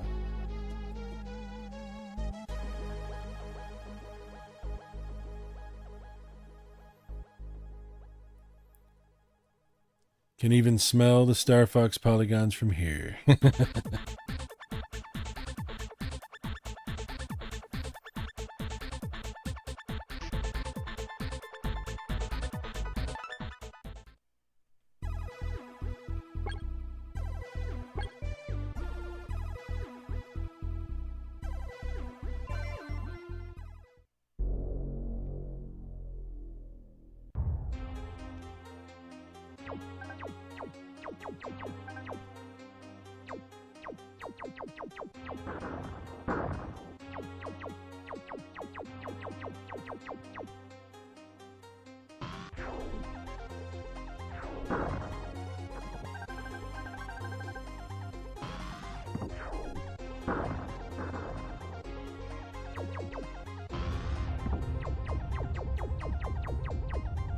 Transformers. More than meets the eye. Ow. Get off me.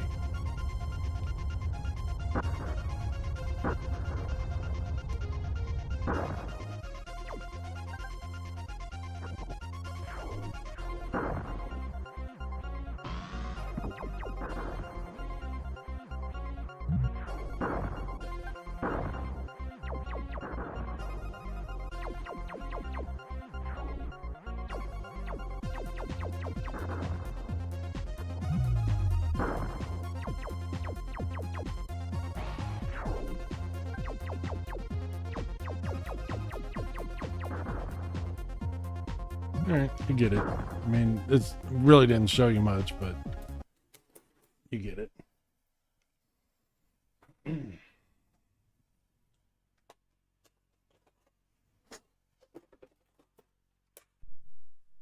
See if this starts up. Nope.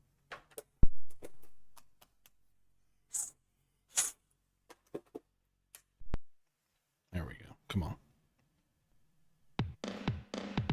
Dirt Tracks FX.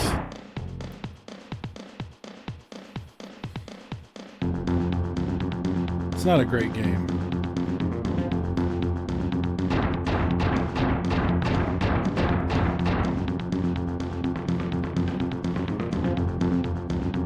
But it does have the Super FX chip. Yeah, I know it's pretty late. Thanks for stopping by. Anybody, if you come and go, don't worry about it. This is going to be a long stream. I understand that. I don't expect everybody to hang out and watch much of any of it. But I definitely appreciate you coming to hang out.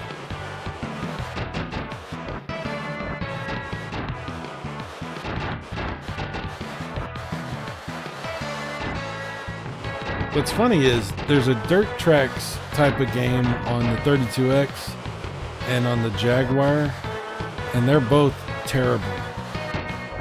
But this one on Super Nintendo looks better than either one of those.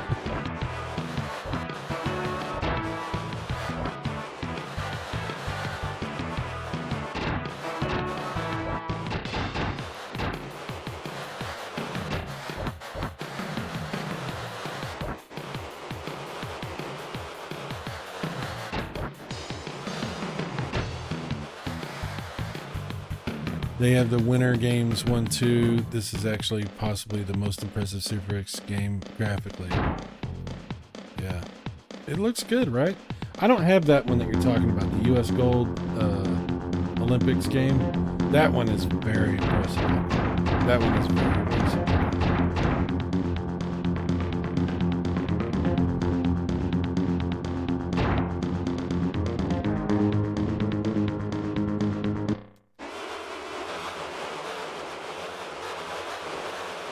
Oh, imagine playing this 2-player. That's got to be difficult. The frame rate's going to get garbage on that.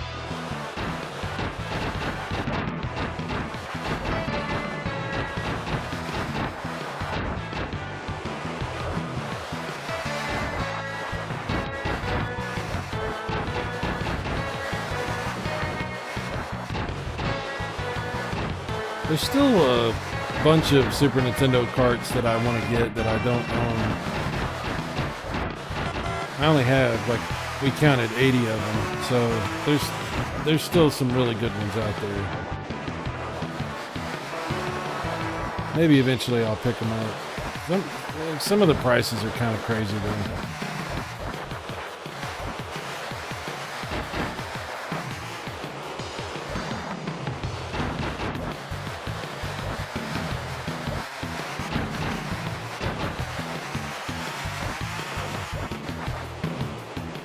Yes, all of the frames per second. All of it. Alright. Dirt tracks. We're going to do dirt tracks. We got to do wild tracks. Otherwise known as stunt race effects.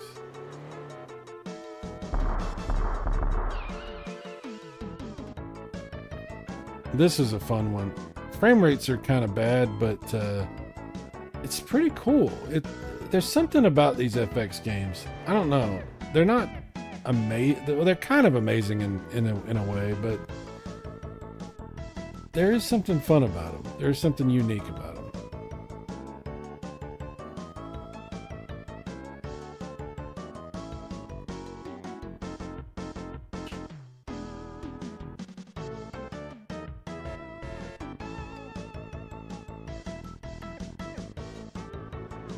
I know if you play these through emulators, you can speed them up quite a bit. But who needs to do that? Who needs that?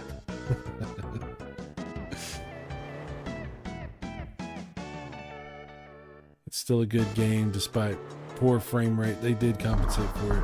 FX games tapped into a different dimension. Indeed, they did. Literally.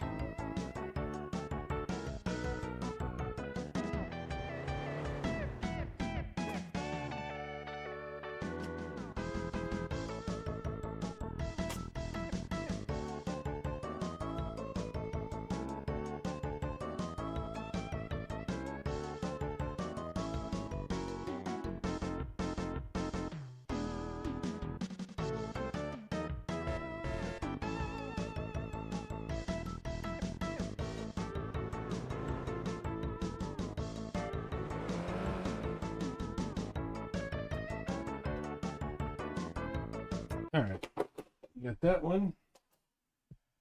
And if you're going to do that, then of course you have to check out the original.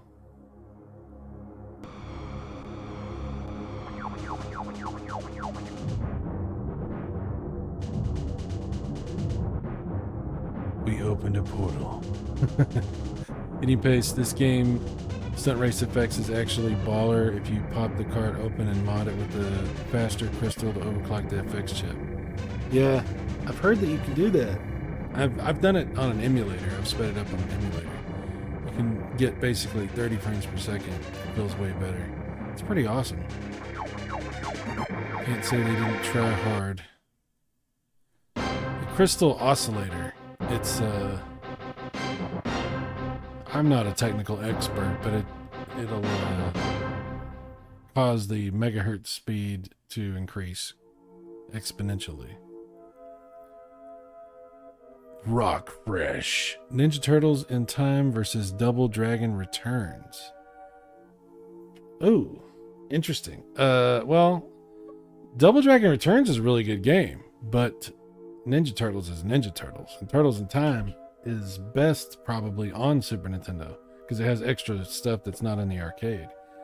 So I would definitely say Turtles in Time, but that doesn't mean that it doesn't mean Double Dragon is not great.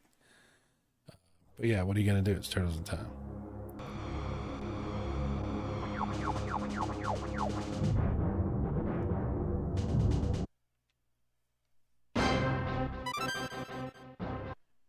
Star Fox. Now this is funny because this is actually the United States version of Star Fox. I have both the Japanese and the American version. So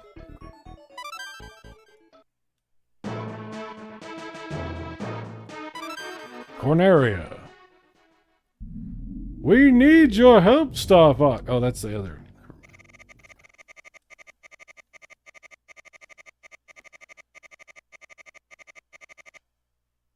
Good luck. I love this intro right here. This is so cool. And the music. Oh my god. I love Star Fox. Hyperstone Heist, yes.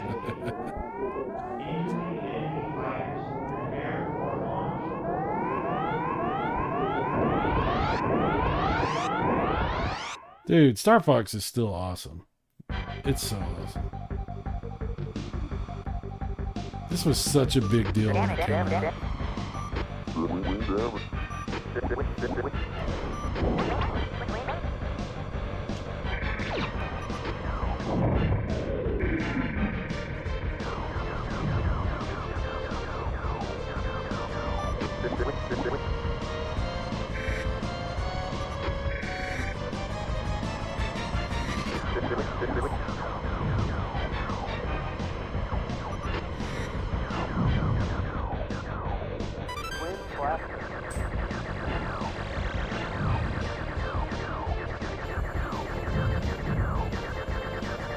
Oh, damn it. Missed that.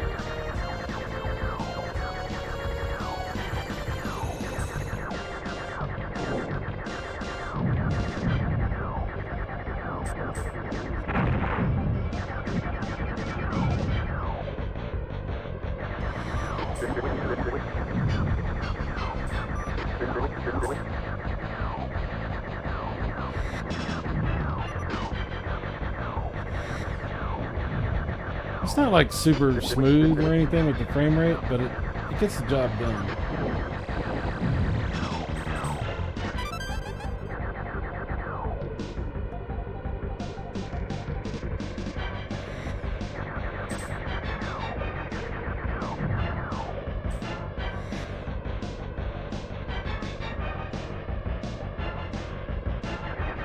You ever check out that demo for Star Fox that somebody made for the Sega Genesis? It's not the full game, but it does show graphics that look basically the same as this. And you can play through it for this first level. It doesn't use any extra chips. It just uses the regular processor of the Mega Drive and everything. It'll run off an EverDrive, which is fine.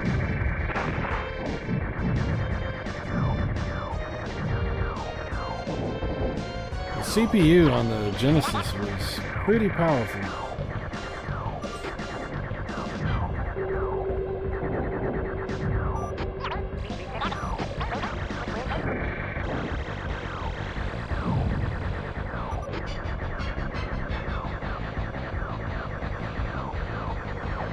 Come on, man.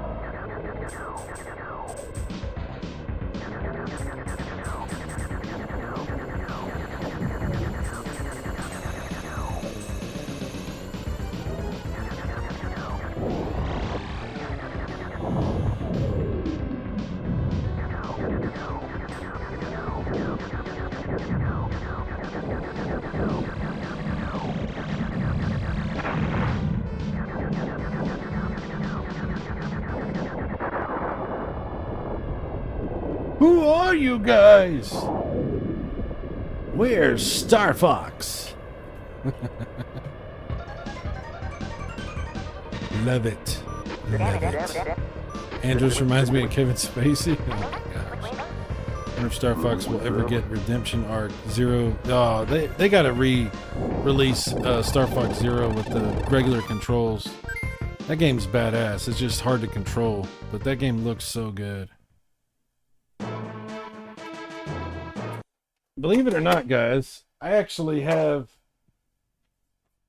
do have a cartridge. Where is it?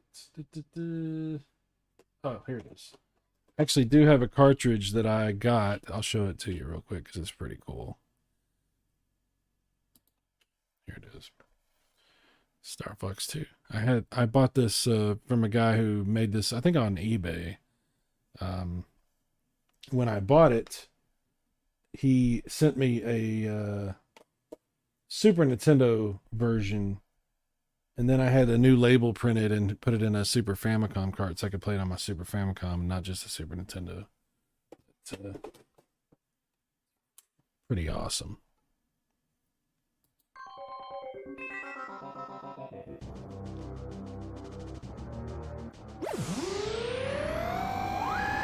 Yeah, Star Fox 2 is pretty badass.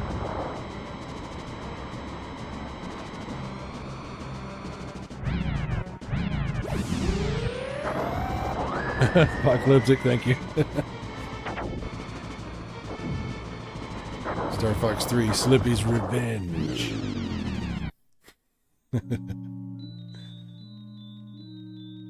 This is so impressive. So this cart that this guy sold me, he used a donor cart for Doom, the release of Doom on a Super Nintendo, which I actually don't even own Doom on Super Nintendo. So I'll definitely be looking forward to that re-release that they're doing through limited run games. That is going to be cool. But anyway, it's a donor cart to use that Super FX chip in this. It's pretty awesome.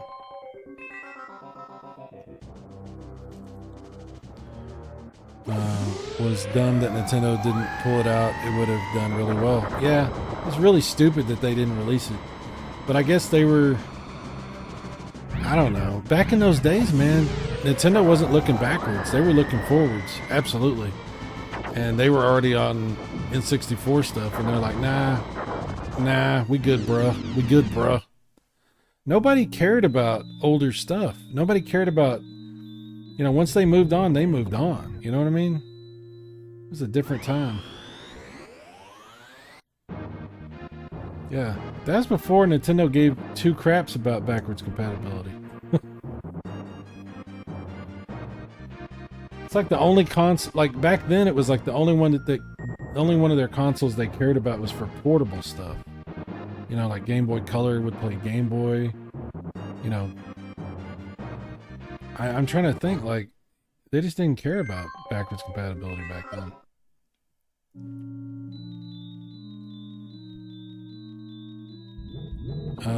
Apocalyptic. Nintendo can actually finally release it with the classic edition. Yeah. Back then it was it's kind of relevant now. It's not, I mean, none of these games are relevant really. They're awesome, you know, but they're, you know, it's older stuff now.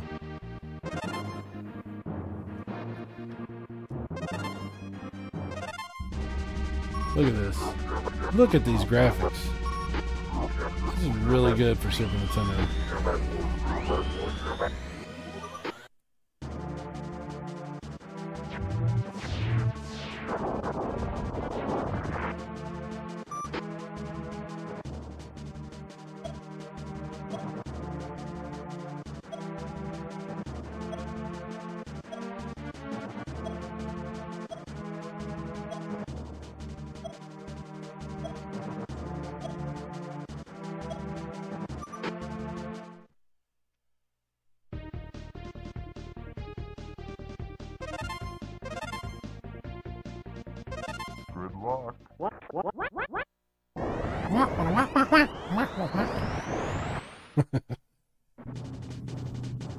Yeah, it should have been released.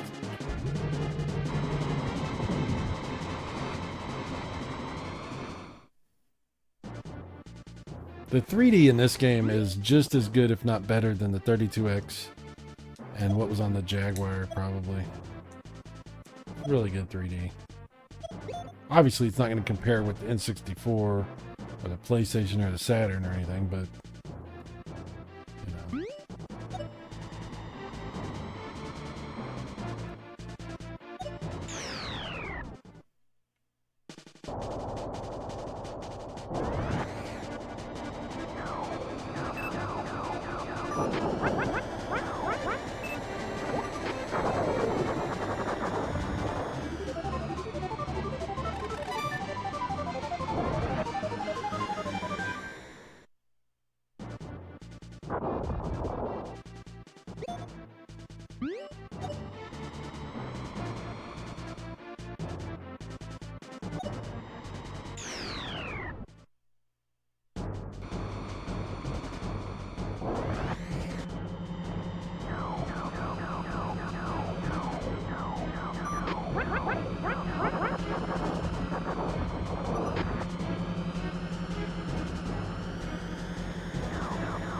This is like Wing Commander, kind of.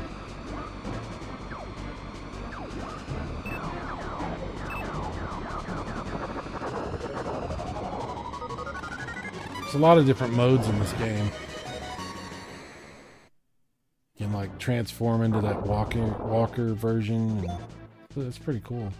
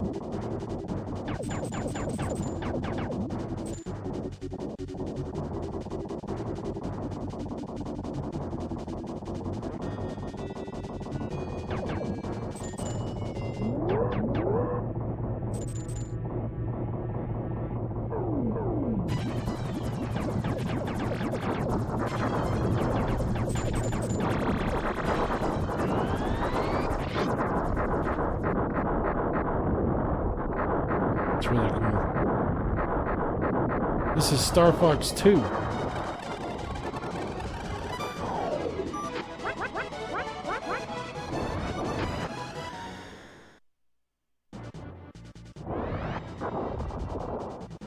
So yeah, there's a lot you can do, you know, and you can kind of pick your own path, and it's pretty cool.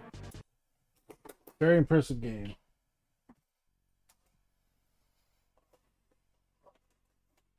Okay. Next up, I think it might be time to check out some shmups, some shoot 'em ups. What better place to begin than Axelay? One of my favorite shoot 'em ups. Really cool looking game. Graphics, just very cool. Great music. Just a badass game.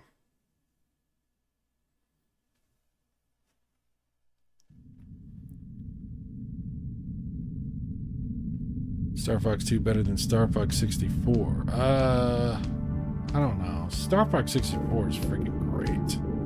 I don't think so. I think Star Fox 64 is, in my opinion, the definitive Star Fox of all of them. That's the one I like the most. But I think it depends on your relationship with the controller. Like, how do you feel about the N64 controller? That's got a lot to do with it. But I definitely love it.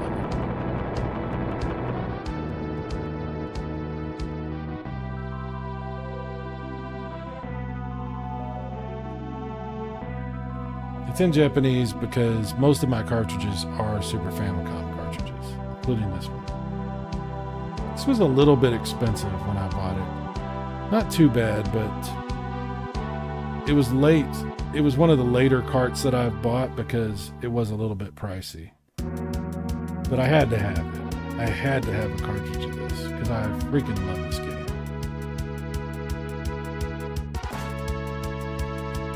No way Star Fox 2 is better than Star Fox 64. Are you saying no way it is better, or no way that it wait, you know what I'm trying to say? Like, are you saying no way it's better, or no way it's better? Anyway, you know what I'm saying. Do a barrel roll!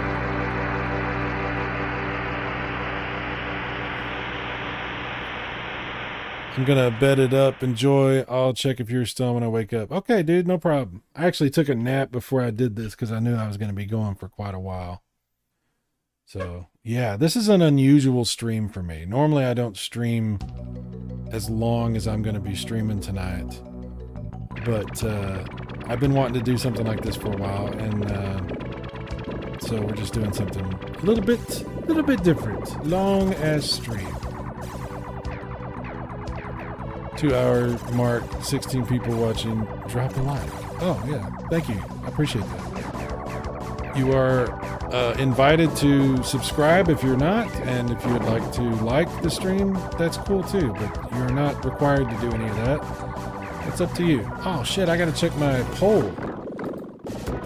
Was this a good idea? Yes, 82%. No, and at least it's not Jaguar games are tied at 9%. So I appreciate that, everybody. 34 votes so far. Thank you very much.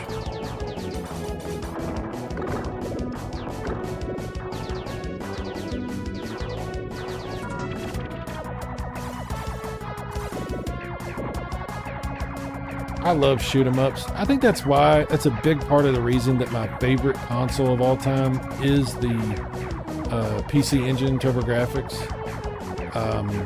CD mainly, but also turbo chips and cue cards and all that.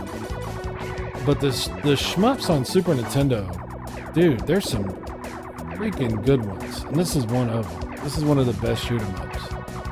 It's so good.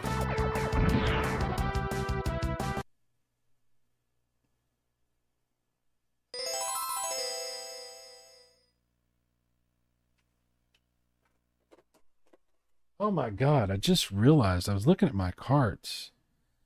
I didn't even remember that I did this. We were playing Vortex earlier, the Super FX game. And I have the American version and the Japanese version of Vortex. I didn't realize I did. So we were actually playing, I was playing the American cart version of Vortex, but the reason it came up Japanese is because I switched out the American and Japanese ones so I can play the American version on my Super Famicom. Oh my God, I'm such an idiot. I forgot that I did that. I can't even remember anything.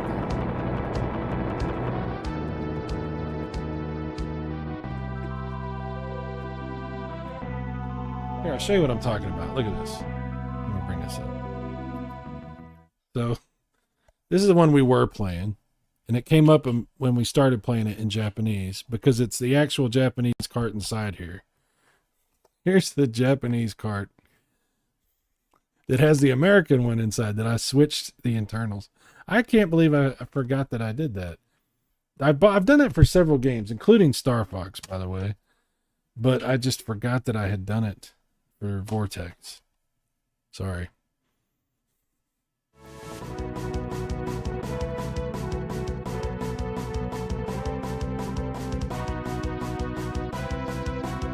UN Squadron. Oh man, that's one I don't have. Yeah, that's one I want to get.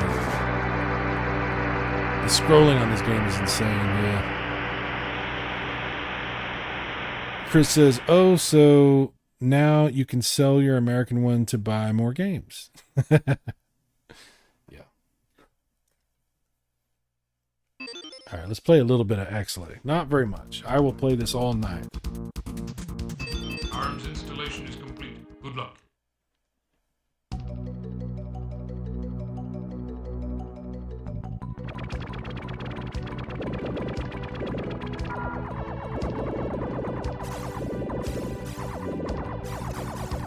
Such amazing graphics. Oh crap, I can't believe I did that.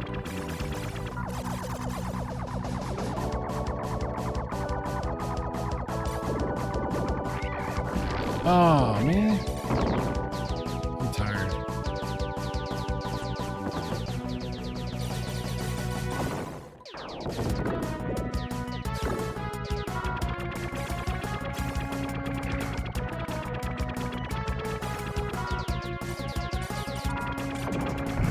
Oh, wow.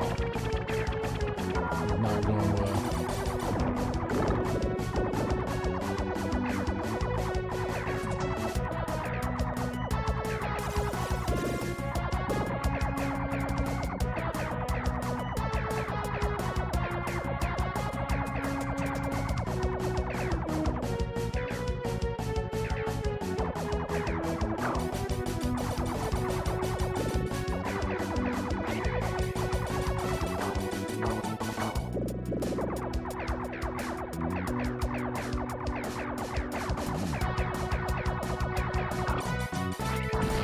Come on, man.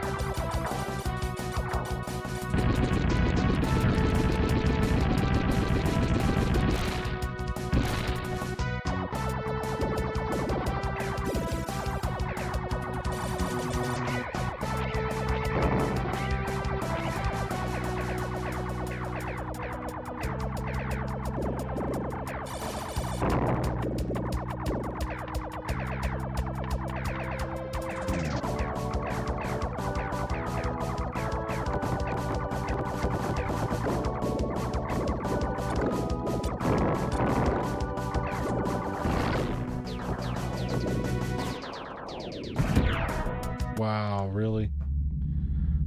Ah, that's terrible. That was absolutely terrible. I'll just let that run out. Oh man, I'm actually not angry at the prices because I got my chance to own and play many of the games which are off the charts now. So weird having the enemy ships looking flat and stretching. Oh yeah, that's weird.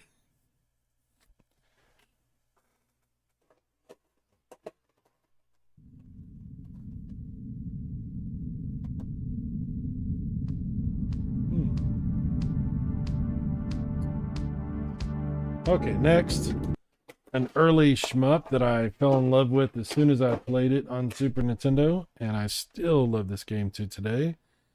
Just a fantastic shoot 'em up. Beautiful graphics, great music, awesome weapons. Love this game. It's called Earth Defense Force, EDF. It's nothing like the other Earth Defense Force games you've probably played on more modern consoles. Nothing like that. It's a straight shoot 'em up, and it's based on an arcade game, which looks and sounds almost exactly the same. This is slightly different, but actually, sometimes I prefer the console version, and maybe some of that's nostalgia. I don't know, but I love this game. Would the perspective of this game look better on a tube TV? It looks, I mean, I don't know. I don't know how you feel about it, but I think it looks good no matter what. But any of these games look better on a tube TV. Any of these games do. I won't rest until every country plays Castlevania. Okay. I love how, like, as you continue through the level, the colors change and it like becomes like sunset. I just thought that was the coolest thing in the world back in the day when I first played this. Love this game. A little bit of slowdown in it, but not too much.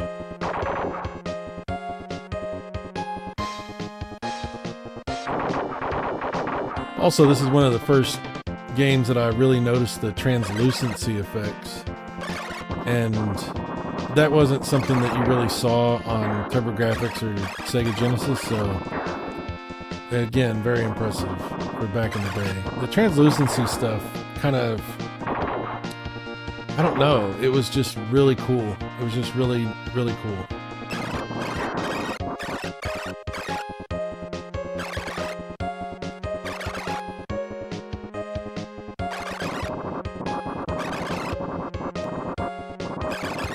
I'm gonna let this run for just a minute. I gotta run to the bathroom, so I'll just let it go.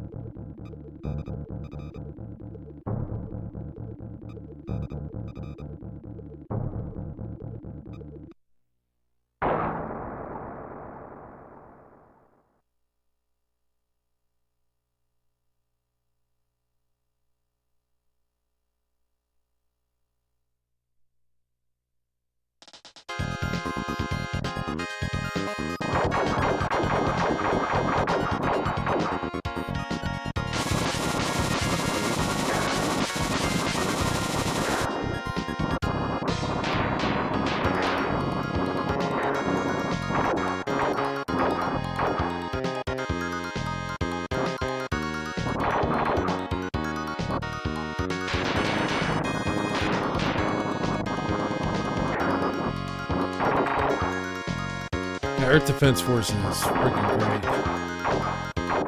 great. So many different weapons. And the graphics and music and everything. Just great.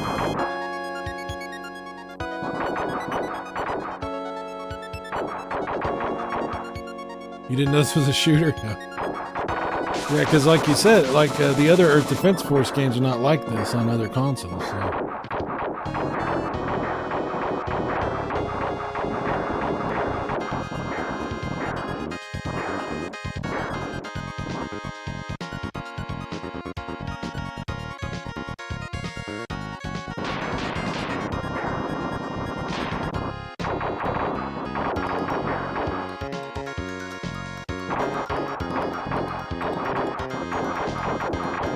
Alrighty, next up, we're just going to go through a bunch of shmups here.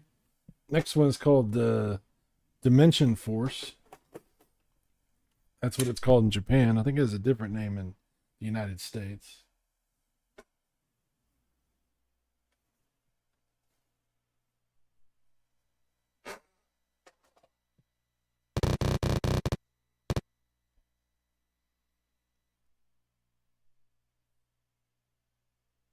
D-Force.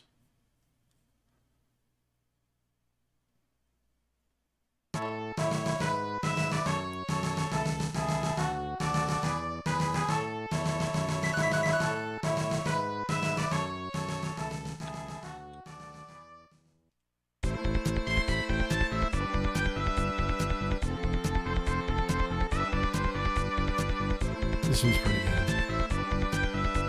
Sai, can I shamelessly plug my channels to... of course, dude. Hey, let me just say this. Hang on. I've always allowed anybody to share their channels or their whatever they have going on. That's never been a problem on my channel. You know, as long as you're cool and you're not trying to do some weird nonsense, which none of you guys do, yeah, feel free, share links, whatever, as long as it's like, as long as we're not sharing anything that's gonna screw up my channel or, you know, anything that's drama BS. And yeah, you're fine, dude. Absolutely, don't worry about it. Yeah, absolutely. You don't even have to ask. And by the way, since we're talking about this, I made several people mods on the channel, and if you are a mod, sorry, I don't know why I never added you. Eating paste, you are now a mod.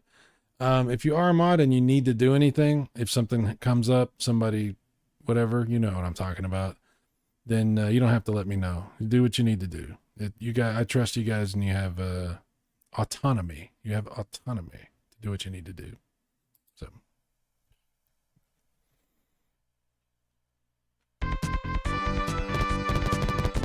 Yeah, this one's a little simple, but it's still pretty cool.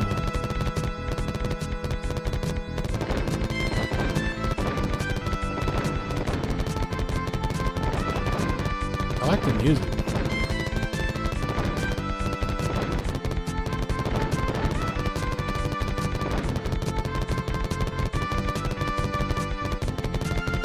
Oh, crap.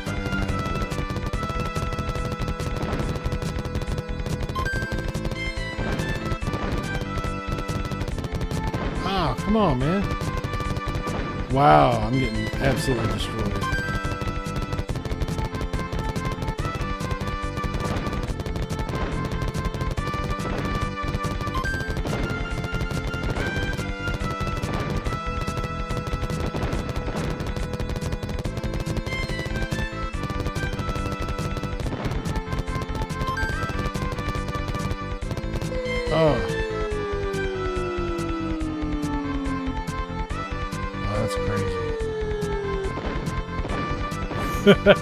Alrighty.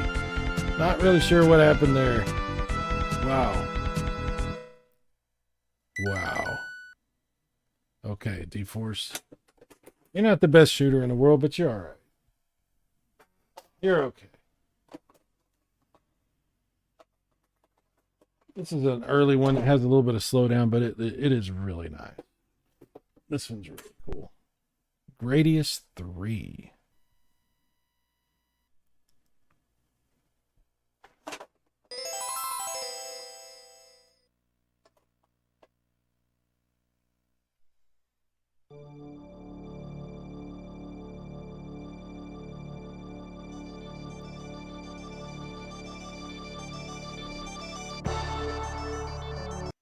Mark from Classic Game Room created the monster within me. Yeah, Classic Game Room, dude. Back in the day, what a great channel. I haven't watched it too much since he came back. But back in the day, I watched it all the time. And he paste, oh hey Cy, I'm coming close to beating Cosmic Fantasy 1. Can't wait to get in the second game. I'll tell you this, dude. If you can play the second game, if there's a way you can play the actual American version, I recommend that, because it's better. I know maybe it's subjective to say this, but with the American voices and everything, I think it's better. Cosmic Fantasy 2 is really good. It's better than the first game. First game's good, don't get me wrong, but second game's a lot better.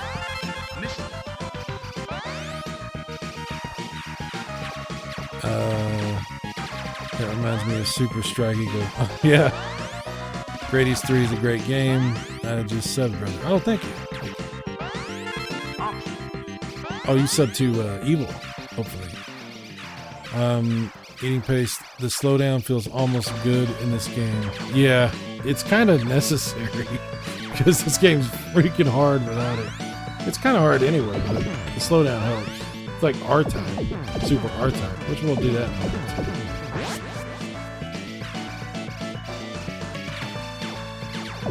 Yeah, I like this game a lot.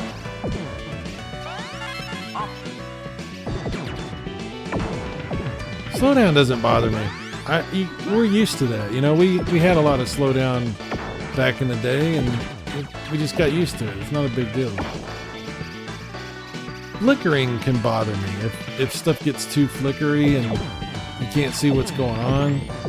Some NES games really struggled with that. But slowdown never really bothered me.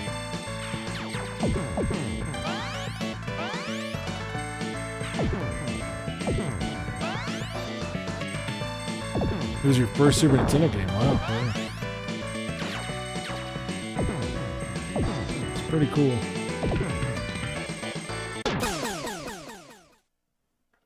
Alright. It's Grady's 3. We don't have it. I'm just moving through these, sorry. I played this one on a stream not too long ago.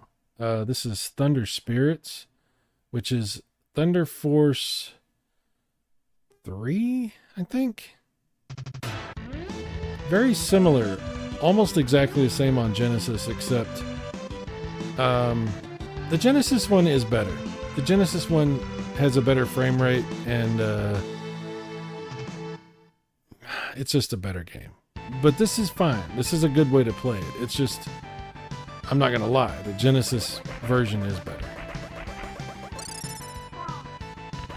But it's still cool to play it on Super Nintendo. If you didn't have the Genesis version available, you're not gonna feel like you really missed out too much playing this version.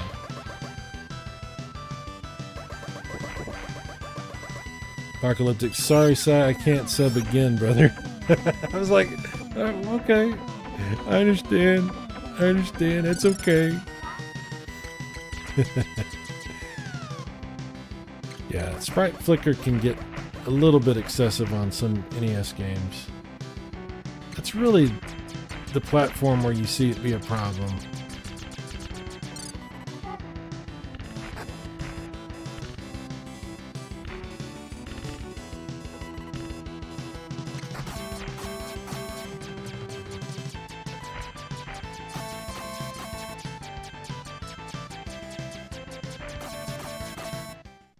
Anyway, that's Thunder Spirits.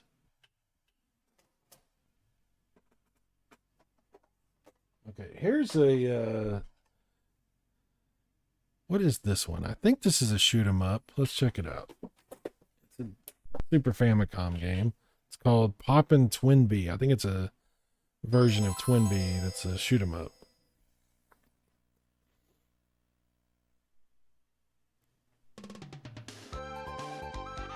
It's pretty good, actually. Pretty good. Mike says the Genesis version music is a doobie smoker's dream.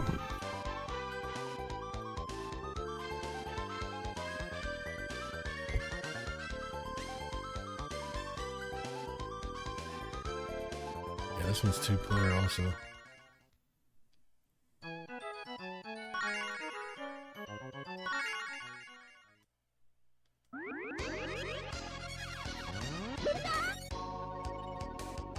Wow, just wasted that.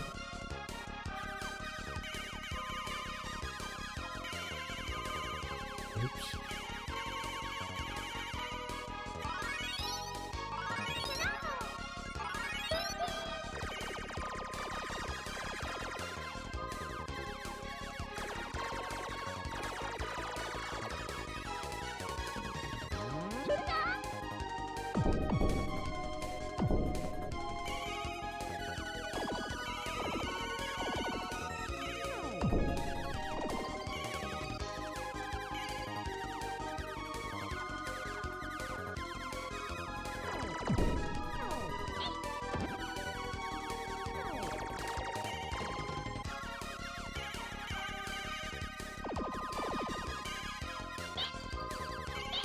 Ouch.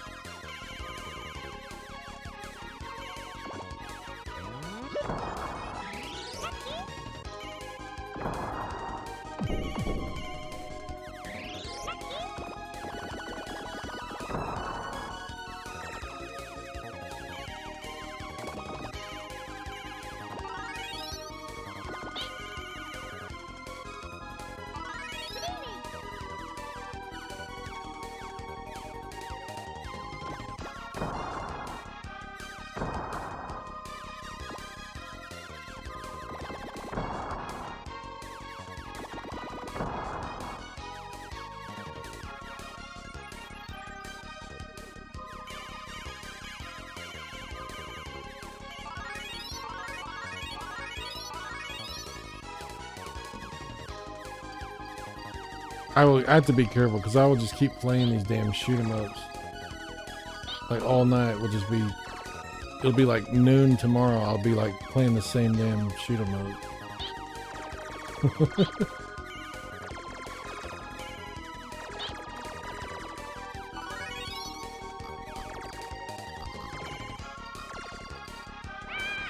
All right. Poppin' Twin B. Pretty damn good. I like it. I like those cute 'em ups. Those are fun. They're very fun.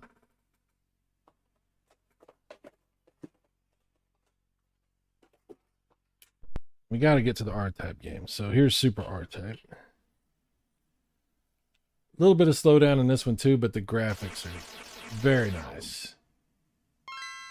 It's great. It's a good version of R-Type.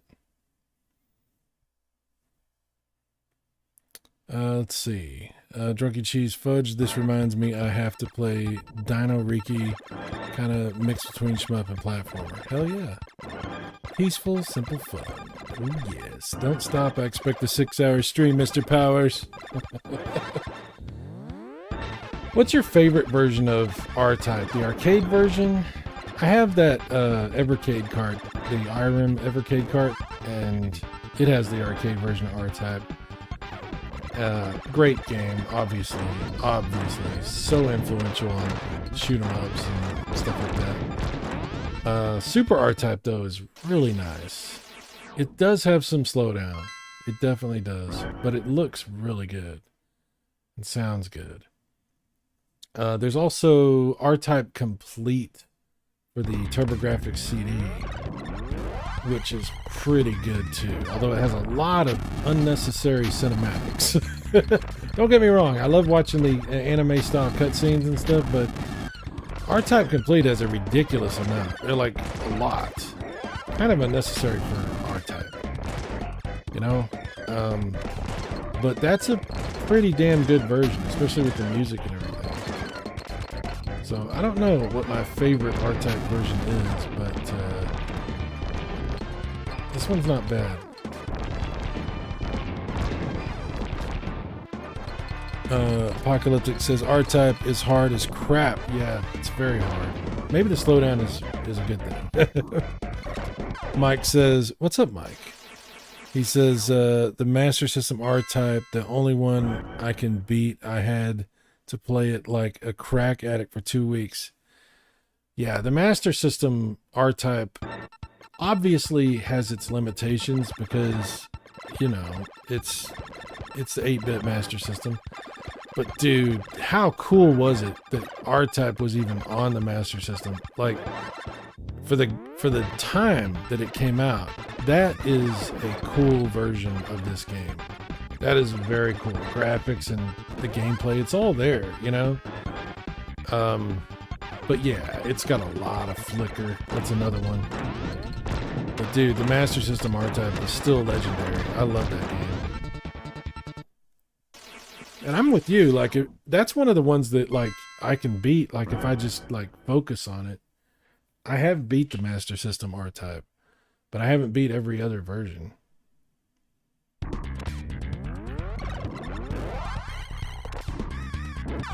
Drunky Cheese says, only good shoot 'em ups are for the 2600 in my opinion, then I moved on from them. What? My favorite version is the TurboGrafx. Yeah, it's pretty good. The CD one, the R-Type Complete. Don't get me wrong, the Turbo Chip and HuCard versions are also really cool, but the R-Type Complete with the music and everything is just really, really amazing.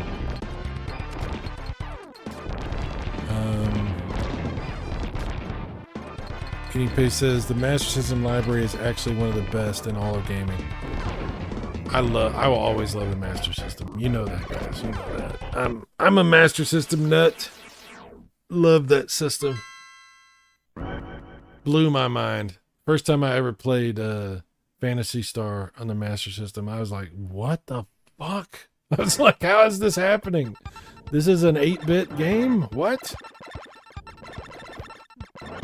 Yeah, Phantasy Star on the Master System looks better than a lot of 16-bit RPGs. Like, way better. It's freaking great. Really good system.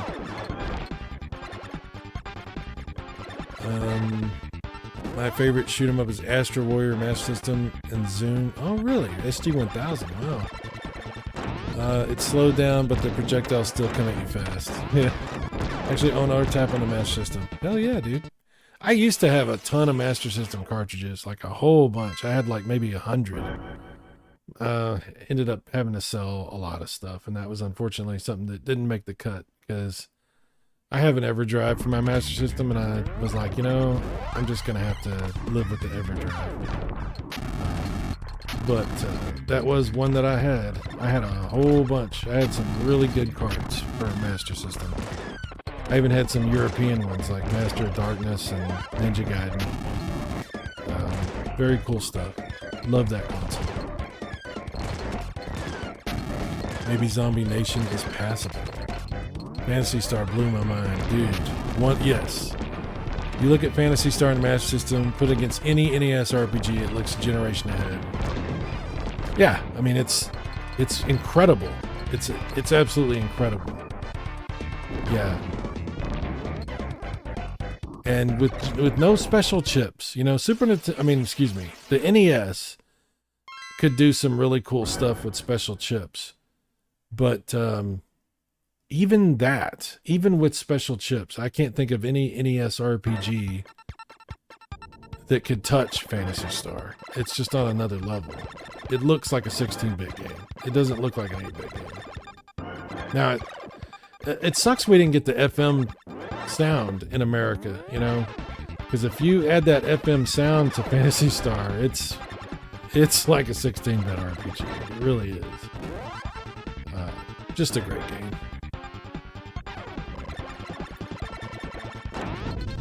Mike says, you know which Super Nintendo EverDrive allows save states? See, I have a crappy, cheap little EverDrive, like a Chinese knockoff version. So I don't think mine does. But probably any of the regular EverDrives from Crix probably all have save states. But I don't know. I'd have to actually look that up. I thought long and hard about buying the more expensive EverDrive for the Super Nintendo. And I was like, $200 and something for that cartridge. And I was like, you know, I think I just want to buy cartridges. Like, I don't regret buying cartridges. Like, having an EverDrive is great because obviously you can play everything, most everything, depending on what system we're talking about. For Super Nintendo, you have to have one of the expensive EverDrives to play everything because regular EverDrives don't do that. You know, but then the problem that you end up having with EverDrives is the same problem you have with emulators, which I don't know about you guys, but like if everything's there and you're not, there's something to be said about having the actual cartridges because you'll play them more often. At least to me, it's like sometimes you can have too many options, right? And you just kind of don't play anything because you just have too much choice. It's a bizarre thing to say, I know. But it's the same with Steam. It's the same with any kind of digital library that I have where I kind of feel like I have unlimited options and then I don't really play anything. It's kind of weird. I don't know. Kind of antithetical to the whole concept, but yeah. So anyway, I never bought the fancy EverDrive. I just have a crap one because there's some games I'm not going to buy. And it's fun to be able to test them or play some translations and stuff on an EverDrive. And the cheap one takes care of most of that for me.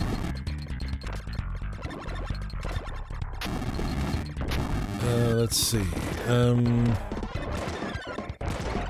lot of 16-bit games don't look as good. You're talking about Phantasy Star, yeah. I'm gonna find a ROM hack of Phantasy Star that helps with the grinding.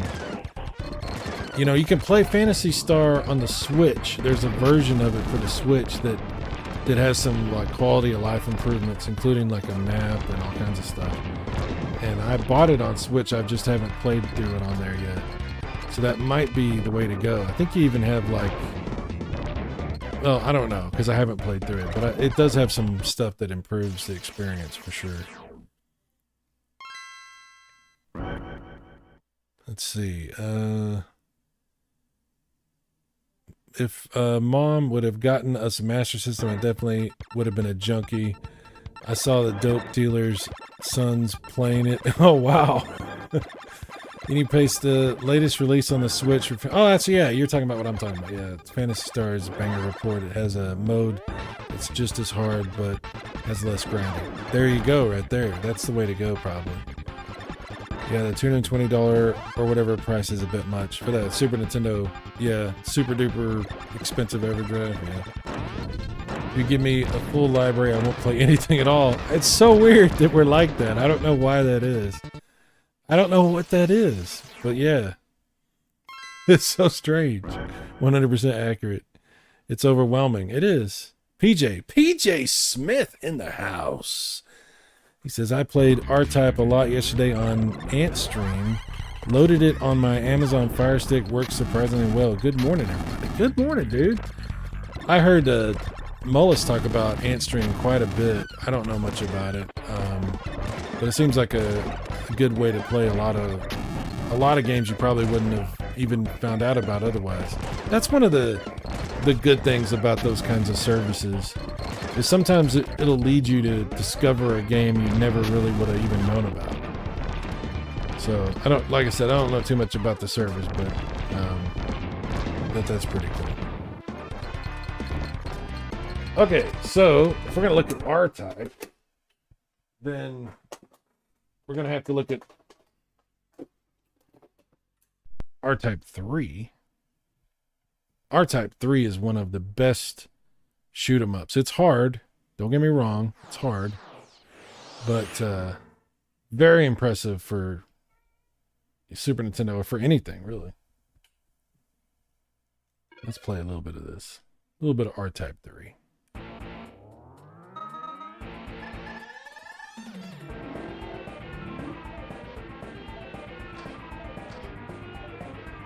We'll stick with that one.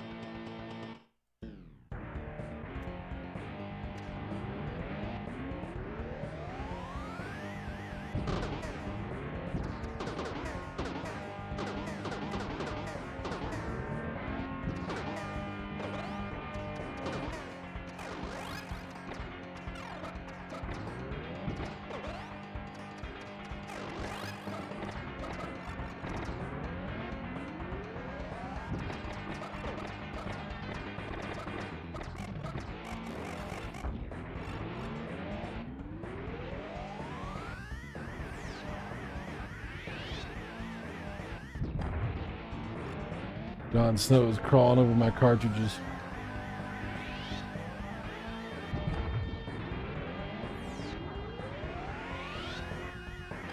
Oh no! I can't believe I did that.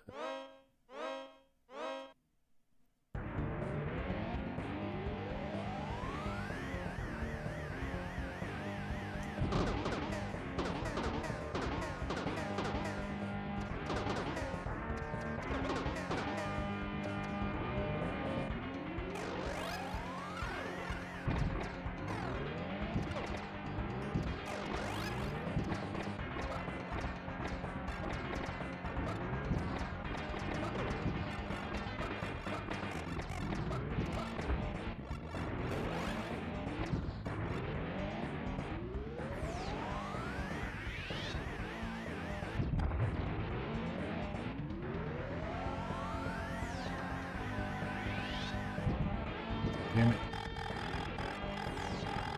Oh my god. What? I can't believe I'm doing it. Like, I'm definitely starting to feel the effects of the streaming.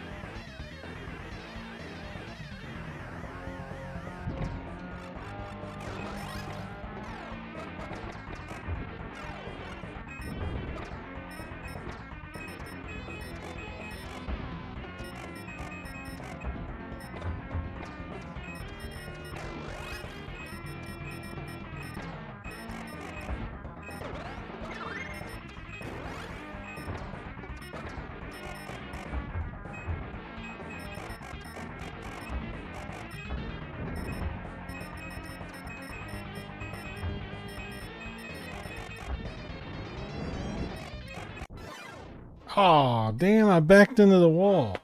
Oh my god. What? Ugh.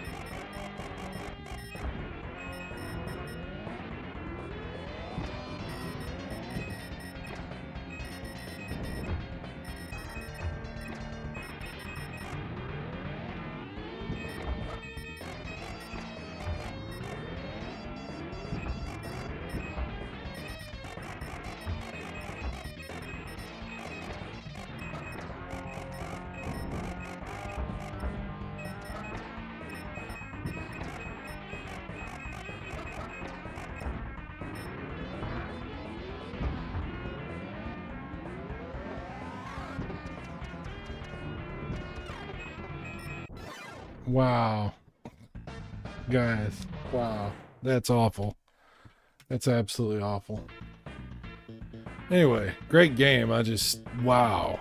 Sucking ass tonight. Okay. R-Type 3. I don't know if you ever played one of these games or not. Both of these are pretty cool.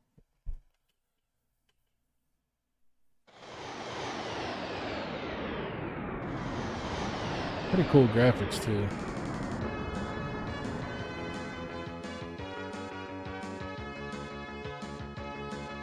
Let's see.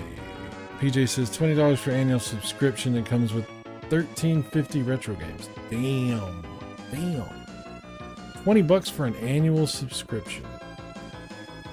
That's pretty cool. I don't really do subscription things like that myself anymore, but I understand that's a good value, obviously.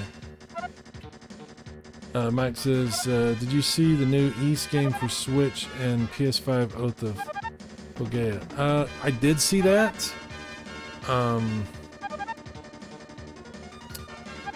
Yeah, I'm not sure if that's like a remake of East 3 or if it's a different one. I get these games kind of mixed up. There's so many East games.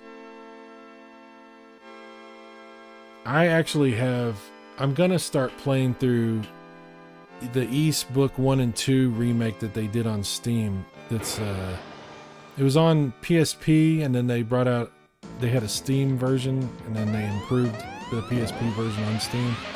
Anyway, I have that. I want to try to play through those on there at some point, because I've never played through them. I've had them for years and years, and I just never have. So I definitely want to be doing more East gaming. I'll have to check this out on Switch and everything and see what that looks like. Mike says, I've seen you crush it in this game before in the past. Oh, yeah, R-Type, I'm just tired. That new East game is a remake of the PSP one. No, I don't think so. Well, different, maybe, I don't know. It's not the remake of East 1 and 2, but there might be, yeah, I think you're right now that I'm thinking about it, because there's a different one on PSP there. PJ, this is a Hall of Fame game without question. Yeah, R-Type 3 is fantastic. I'm just sucking ass right now. I'm at that point. At that point tonight, guys. Super Air Diver. Never heard of this. It's pretty good. I mean, you can tell the graphics are pretty fun. It's pretty awesome. I have the second one also, and the second one looks better than this one. They both look great, but the second one looks even better. It's like of an old PSP version I was watching. There's a lot of slashing and attacking in it. You never played Super Air Diver. It's pretty fun. It feels pretty good. You know, that Mode 7 stuff on Super Nintendo, it's really good.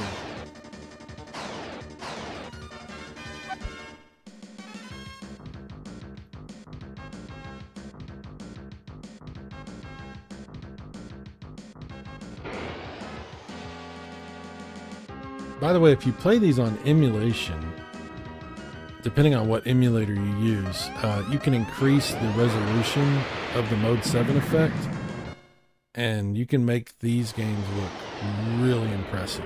Like F-Zero and Super Air Diver and the games that use Mode 7, Pilot Wings. You can definitely make them look really, really impressive. Here, let me break out the second one of these. Super Air Diver 2. Electric Boogaloo.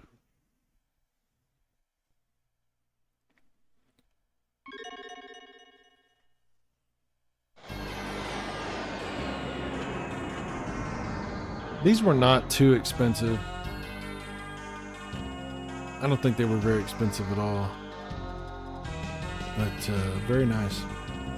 1995. This is a super late release Super Nintendo game. I don't know for sure that this came out in America. This one may not have. It might only be Super Famicom. Not sure. Chris, Super Air Holy Diver. Holy Diver! I remember Electric Boogaloo 2.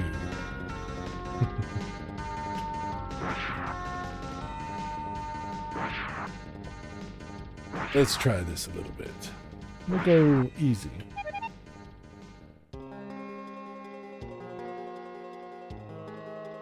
Look at these graphics. I mean, that's Mode 7.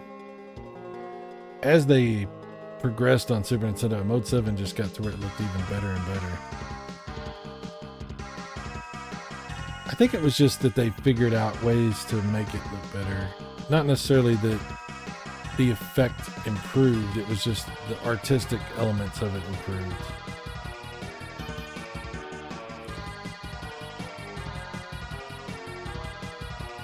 Hopefully the controls are better than Holy Diver, yeah. My uncle used to win breakdance. Wow. Really, Mike? That's interesting.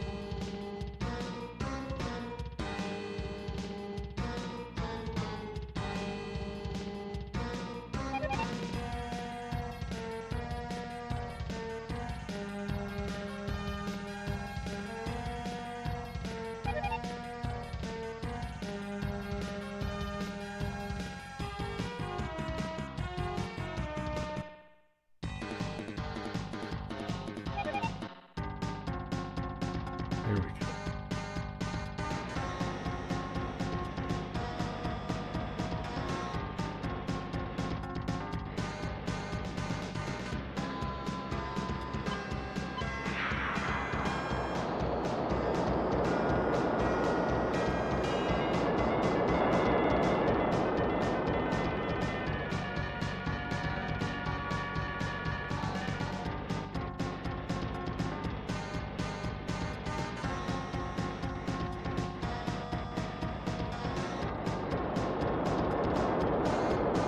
Come on, man.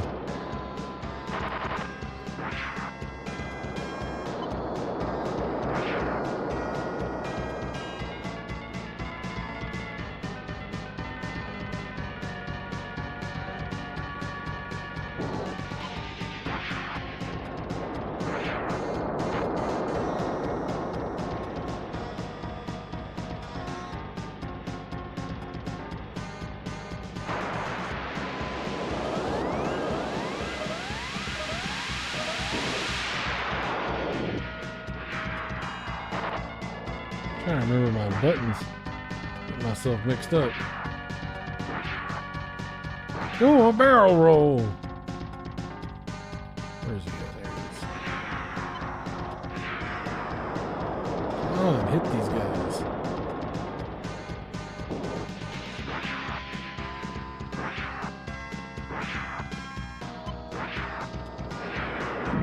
Got him.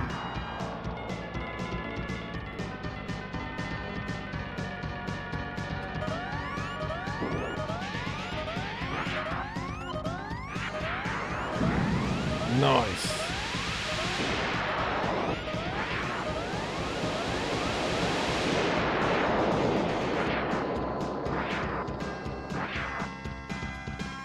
Well, I kind of get the hint. See how this game goes.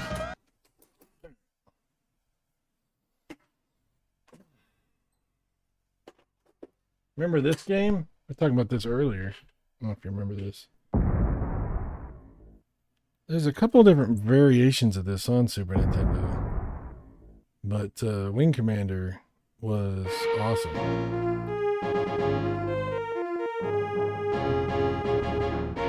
They brought this out on like, I think it was on Sega CD, and then it was on 3DO. Of course it was on PC. It was originally a PC game. But it wasn't bad on Super Nintendo. If you like these kind of games, space fighter games.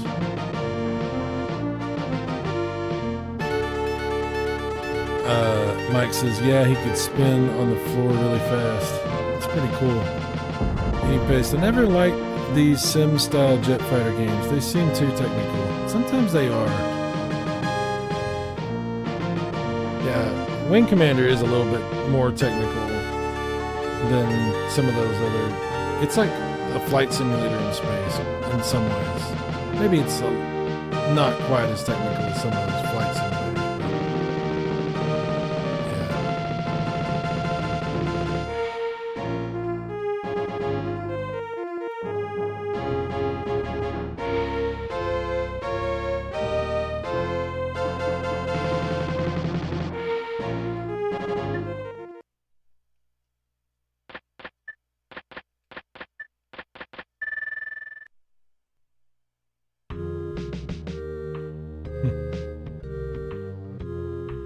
Talk to people and stuff. It had like a little RPG element to it.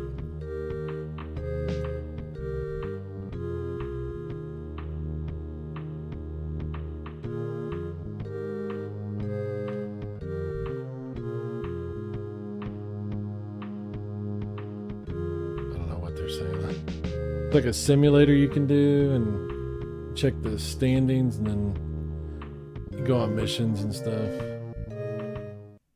Pretty cool. It's a lot of fun, you know?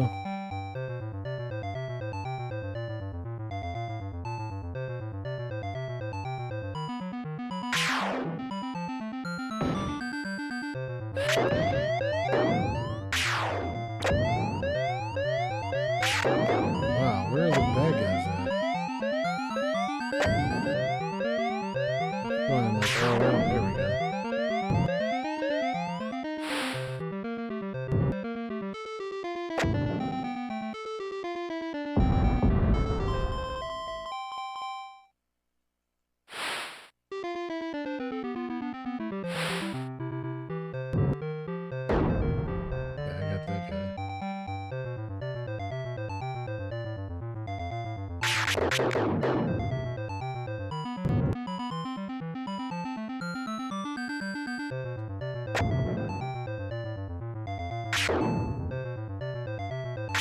Wow, this is really hard to do.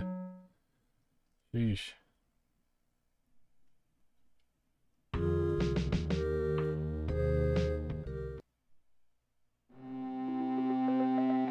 Oh my.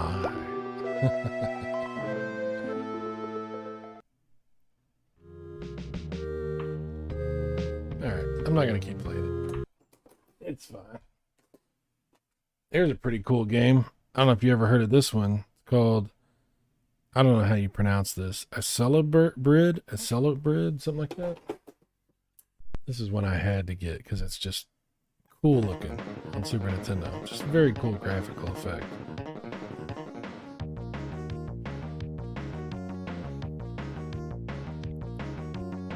Mike says, hey Cyrus, do you remember the days of the 80s where they used to show full nudity on local TV channels?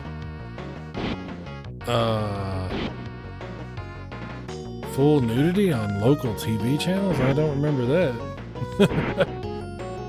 I mean, if you had cable, you could get like channels that had that. But like Showtime, they used to, you know, they had Skinamax, got famous. Cinemax was called Skinamax because of that. But like local channels, I don't know. I don't know about that.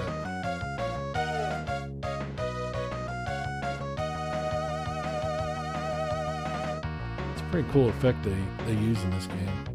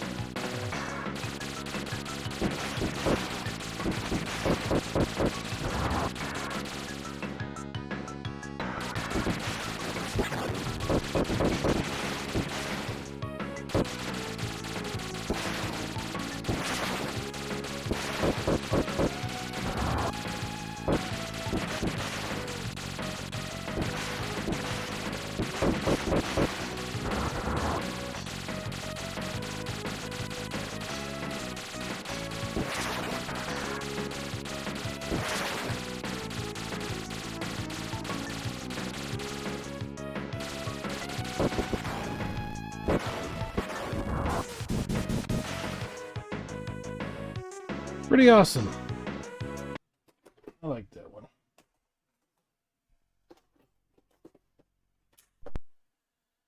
Got to play a little bit of the classic Pilot Wings.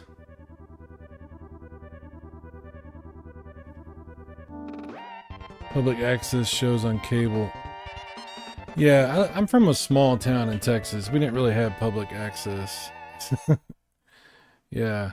I mean, we had a cable company, but there were, you know, the closest local TV station was like 70 miles away.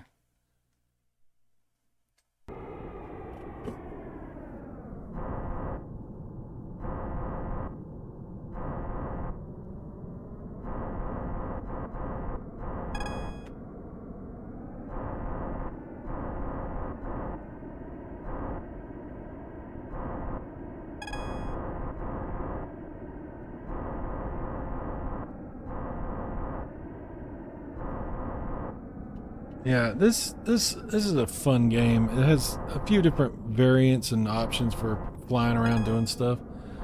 You can do parachuting and flying an airplane and things. This is a game that actually helped me to identify some problems that I had with two different Super Famicoms that I own. And one of them I got fixed. It cost me a little bit of money to get it fixed, but it had a problem with the GPU or whatever you want to call it, the processing unit, and it didn't really manifest itself with 90% of the games that I have on Super Nintendo and Super Famicom. But games like Pilot Wings here, there was an issue with Mode 7 because there was a problem with the picture processing unit, and Pilot Wings was the game where you could see it the best, and it was in this sequence right here mainly, where you would see like the graphics get all garbled and these lines fly across the screen, a bunch of weird stuff. So yeah, it had a problem that I had to have repaired.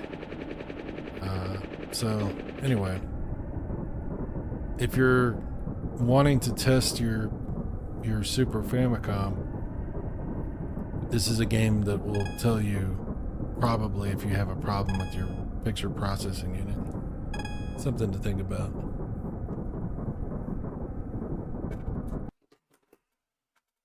Okay. Let's clear that.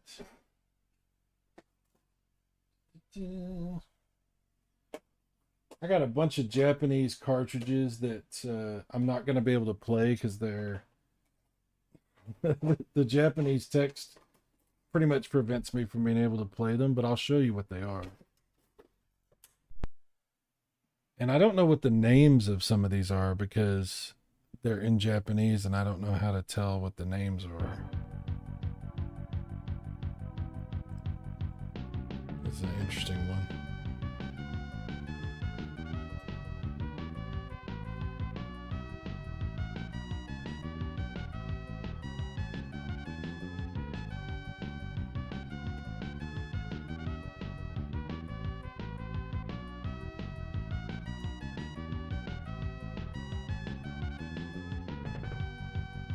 If I remember correctly, this is like it's a game that has a racing element to it, but it also has RPG elements to it and stuff, and I just can't play it.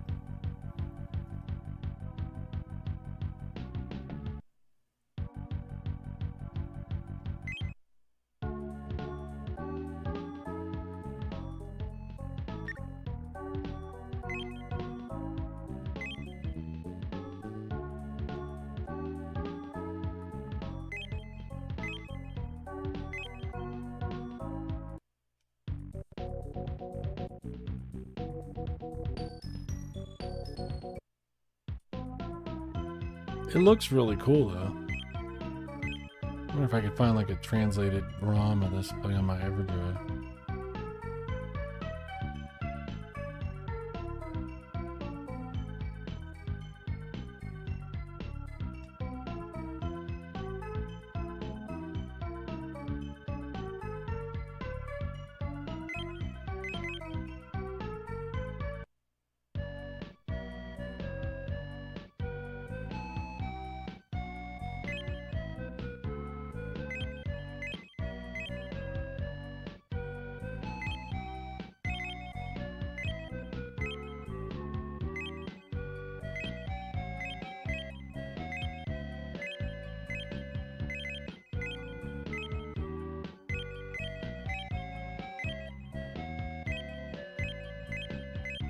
I didn't buy this like by itself. Like this is one of like there's several of these cartridges like this that were part of lots that I bought where I bought like 4 or 5 games, and some of them it was like a better deal to get the lot and get a game like this with it when I was buying some other game that I actually really wanted. So I ended up getting some of these games that I really can't play. So I don't really even know what to do in this game. This is one right here that I wish I had a translated cartridge for. It'd be really cool if I did, but I don't. But I could play the translated version off of my EverDrive. But yeah, this is obviously one that you want to play on Super Nintendo.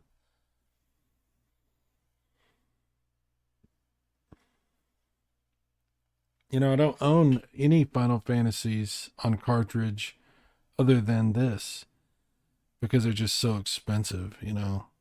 The one that I really would like to own again that I owned back in the day is obviously Final Fantasy 3 or 6. You know, Japan, you'd call it 6. But I want all these. But I can play them on the EverDrive, so it's not a big deal, you know. But, yeah. I used to have Chrono Trigger back in the day, and Final Fantasy 6, 3, and I had a bunch of, I used to have a bunch of good RPGs on cartridge, but not so much anymore. I do have a few that I got, but not a whole lot. Like I bought a cartridge translated version of Star Ocean, which I did a whole playthrough on. You guys know that. Pretty much anything else, I'm trying to think. Pretty much all the rest I play on Everdrive. Oh, I got Dragon Quest 6, and I can't play through it either. It's another one that's Famicom. Romancing Saga 2. Oh, Secret of Evermore, or Secret of Mana 2, excuse me. Yeah, I have a few, but you can't really play them. It is what it is. Love this game. Just beat it recently again. Yeah, I gotta play through it. I gotta do that. Yeah, unfortunately I can't play this because it's all Japanese and can't play it. I'll show you.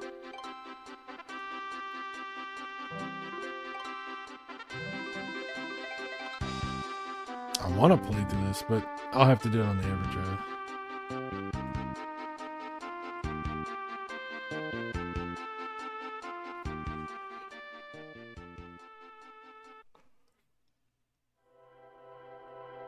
Such a beautiful game.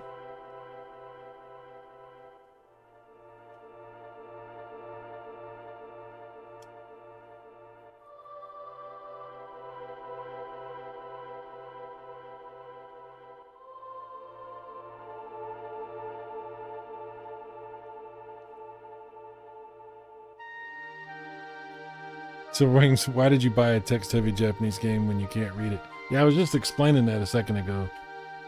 So, there's several of these games that I have, but I didn't buy them specifically. Like, I got them in a lot, where I bought like 5 or 6 cartridges, and one of these would be in that lot, or two of these even, you know, that happened to me. And it's because I was trying to buy something else, and it was a better deal getting the lot that came with a couple of these. And I think Luke gave me a couple of these too. So I didn't specifically go out of my way to buy RPGs for the Super Famicom because, I mean, yeah, I knew there's no way I could play them. So that's not something I was trying to do.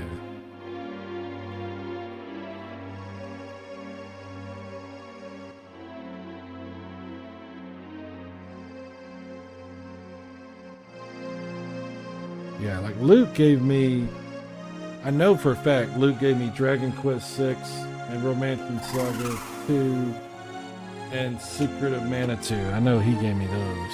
I didn't buy those at all. But this one I think I did buy in a lot with something else. A couple of these other games like that. Yeah, I got Sim City. I can't even play it. I love Sim City, but I can't play it because it's the Super Famicom one.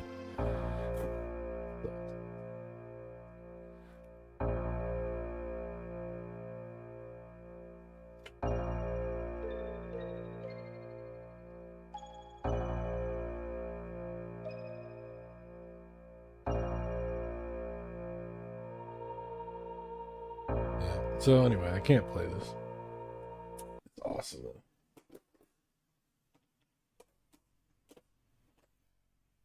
SimCity 2000, also have that in Japanese. Yeah. I guess we'll skip most of those because I really can't even do anything with those. We'll skip those.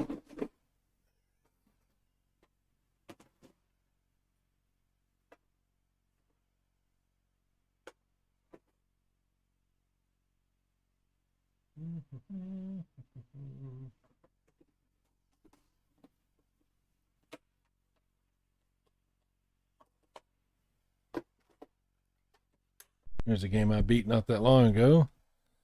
By the way, if you buy Super Metroid, the American and Japanese cartridge have exactly the same ROM on either cartridge.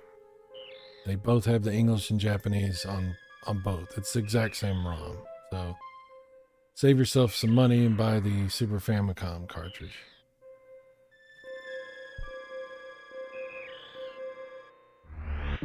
I'm not going to play through Super Metroid. You guys know what that is, and I've done a whole playthrough on the channel, but there it is.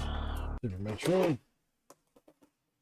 And here's a game we were playing the other day. I'll just quickly look at it. I'm just going through every single one of these real quick.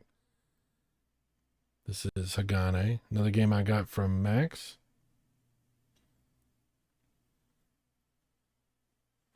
He had a couple of cartridges that I wanted, but I couldn't afford to buy from him.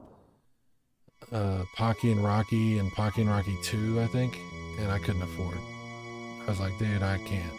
You're gonna have to sell those to somebody else. I would have loved to have them, but it was too much.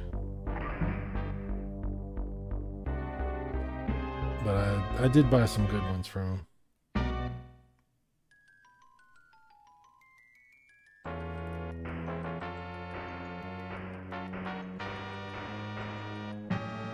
Finally a female game and you skip it.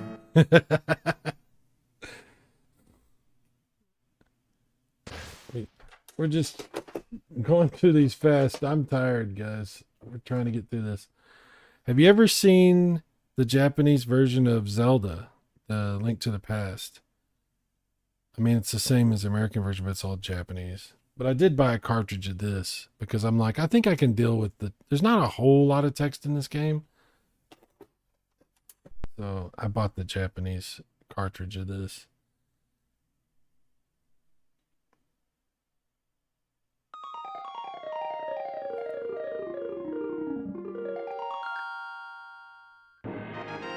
Look at that. Isn't that weird looking?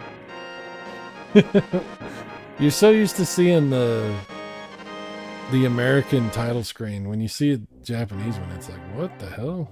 It's so strange.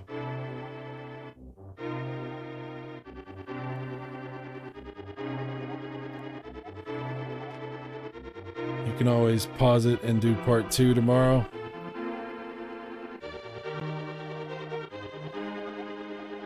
It's true, I can. That's a good point. No one will hold it against you.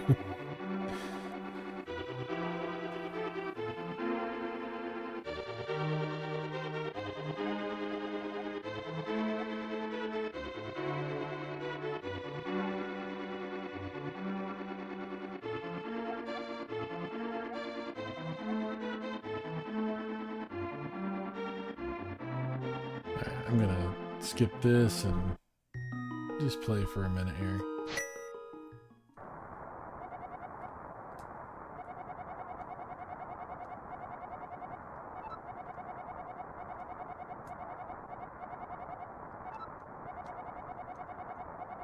Not a whole lot of Japanese text in this game. I mean, there is some here in the beginning and then a couple other spots, but you don't need that.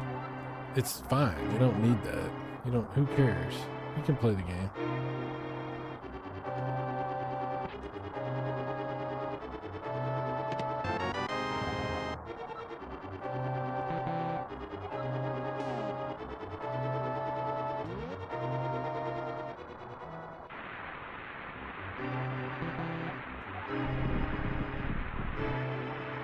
I love this game. I never beat this game.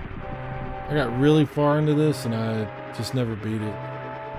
Surprising amount of Zelda games that I have not beaten. It's funny because I beat Link's Awakening on the original Game Boy, and then I beat Seasons and Ages for Game Boy Color, and I beat Breath of the Wild with all the DLC stuff and everything. But that's it. That's the only Zeldas I beat. I never beat this. I never beat the GameCube ones or the Wii ones or any of those other ones. It's a whole bunch of non-beating going on.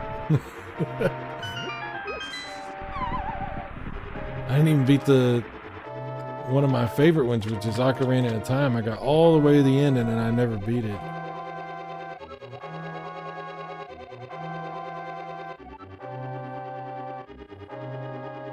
Drunken Cheese. Okay, Sai, you are beating this game on stream this year. I can guide you. Yeah, that would be cool. We have to do that. I love this game, and I want to beat it. Such a good game. Link's Awakening is my second favorite Zelda after this one.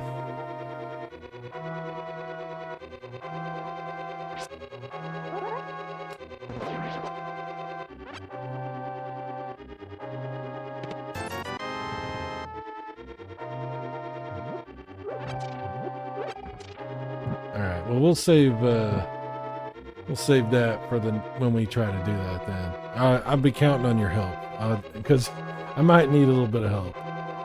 But yeah, that game is awesome. The game is freaking badass.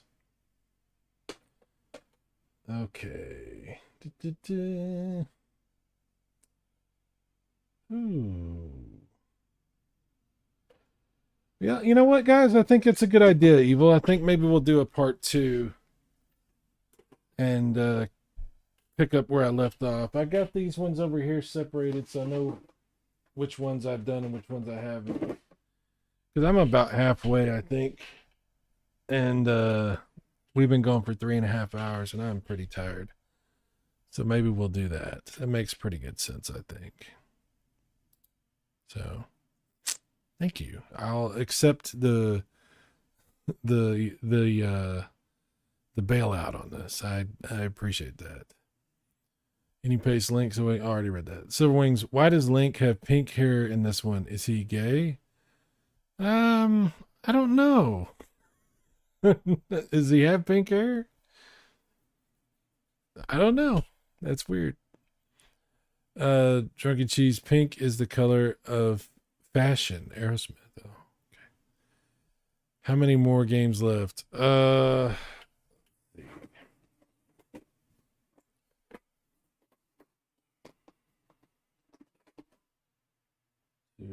3, 4, 5, 6, 7, 8, 9, 10, 11, 12, 13, 14, 15, 16, 17, 18, 19, 20, 21, 22, 23, 24, 25, 26, 27. 28,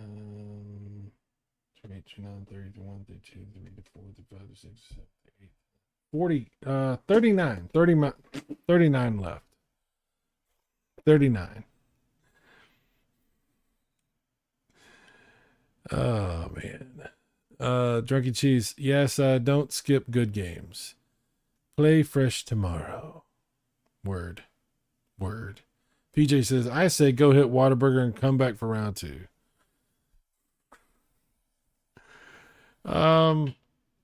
Yeah, so I'll stop here. I think that's a good thing. I think we've covered a lot, and we'll pick up again next time, and we'll see how that goes.